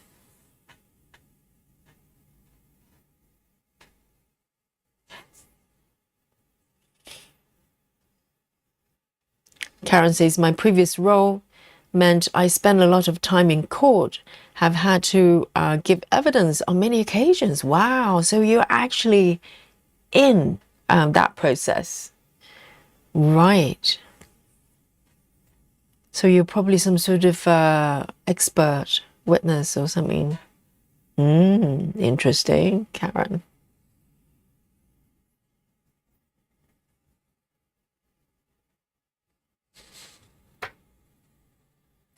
All right then. Now we are in the UK, in London, where I am. 8 minutes to midnight. Time flies. Sarah, yes. Time flies, but we are the pilot, and I'm the pilot today of this session. And I flew around this area, and I think it's going quite well, don't you think? You know, I don't think this method is that slow. I really don't. There are certain areas it might take a little bit more time, but once you start to flow, you kind of, you know, I think I can read the charts much better now using this method. So guys, you know what happens at the end of every session? And we've got quite a few newcomers as well. If you're still in the chat, we play this game at the end of every stream. It's called Guess My Stitches. And as it says on the label, okay, you get to guess how many stitches I've done today from the beginning. And if you weren't here in the beginning, it doesn't matter. It's a wild guess after all, because no one's watching what I'm doing, is there? So I'm just, you know, I probably made about 10 mistakes. No one spotted it. No, I think I've done quite well today. With the accuracy of the stitching. No disaster so far. No F word so far, I don't think. And I really enjoy this. I can't stop. I probably would have gone on for another 3 hours if I didn't have to get up early for tomorrow's classes. But I think I've done the last color here. I can't remember which color. 3A62 was my final color, okay? And guys, now I have suffered for my art, and now it's your turn, guys. It's for you to come forward and offer your numbers. You know, Saturday is a special category for our Guess My Stitches. You get to be the winner for the entire week, okay? And I cannot remember who was our last winner last week, but you know who you are. And you are the winner for the entire week. So come and join me, okay? And I'll give you a very quick recap of this piece while you're coming forward. And let me bring on our SpaceX technology Guess My Stitches machine. We're talking about 3D printer. This is far more advanced. Look at this. Yes, it captures all the numbers you put in. I know. No cheating, okay? And so today I continue with this piece by Aimee Stewart, Vintage Toys 2, Max Colors, okay? And I love it, I love it, I love it. And this is so much fun so far. And I think this stitching method, Color Flow, pioneered by Gemma Stitches, is just perfect for it. This project is just asking me to stitch this way, and I'm stitching on 25 count pre-gridded fabric, DMC fabric, and 1/1 full cross. And this is my progress today, edging slightly from the borders and one stitch at a time. I love it, I love it. Okay, so let's have a look at our numbers here. Before the big reveal of the numbers, the final number, you can still come forward, okay? So unlurk yourself, guys, and join in for a bit of fun. And just come forward for to give me a number, okay? So here we go. From the top is our Susan, 325, and Beth, 310, and Travis, 395. And we have another Bess Williams, and 342. Yes, I need to start to distinguish. We have the same name for multiple stitches. And Janine 258, and Busy Mom 325, and Ruth 168, and Suzanne 222. And Suzanne's still going strong, 1 hour ahead of me. Well done. And Betty Hankins, I just lost. Yes, but Betty Hankins 298, and Love Drunk 295, 6301, and Rose 358. Oh, Rose says, let's see, how about 358? It's almost like Rose is counting with her mind, the superhuman mind. And Carla as well, Rebello is also 1 hour ahead of me. Well done. 324. Alandria still awake, 212, and Lizzie 250. Clara 234, and Rachel 298, Michelle Fuller 252, and Candace 321. Great to see you. And Suzanne has confessed, I fell asleep and I woke up to go to bed. Perfect timing, perfect timing. Our stitches are so honest.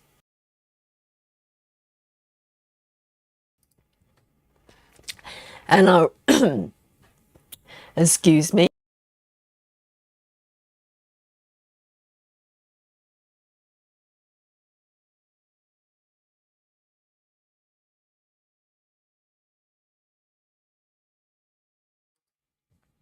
Oh, sorry about that. A little cough there. And Rajal 169. Oh dear. Let me have a sip of my water here.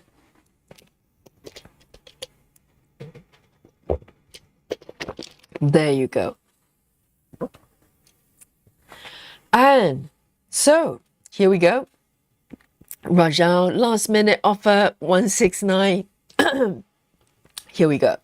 So are you ready to be confronted by Here we go. It is definitely time to go to bed for Yogi.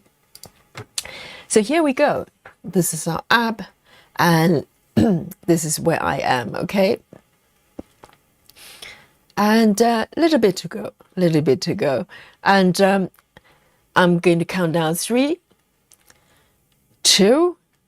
I can't wait to find out who the winner is for today's Guess My Stitches.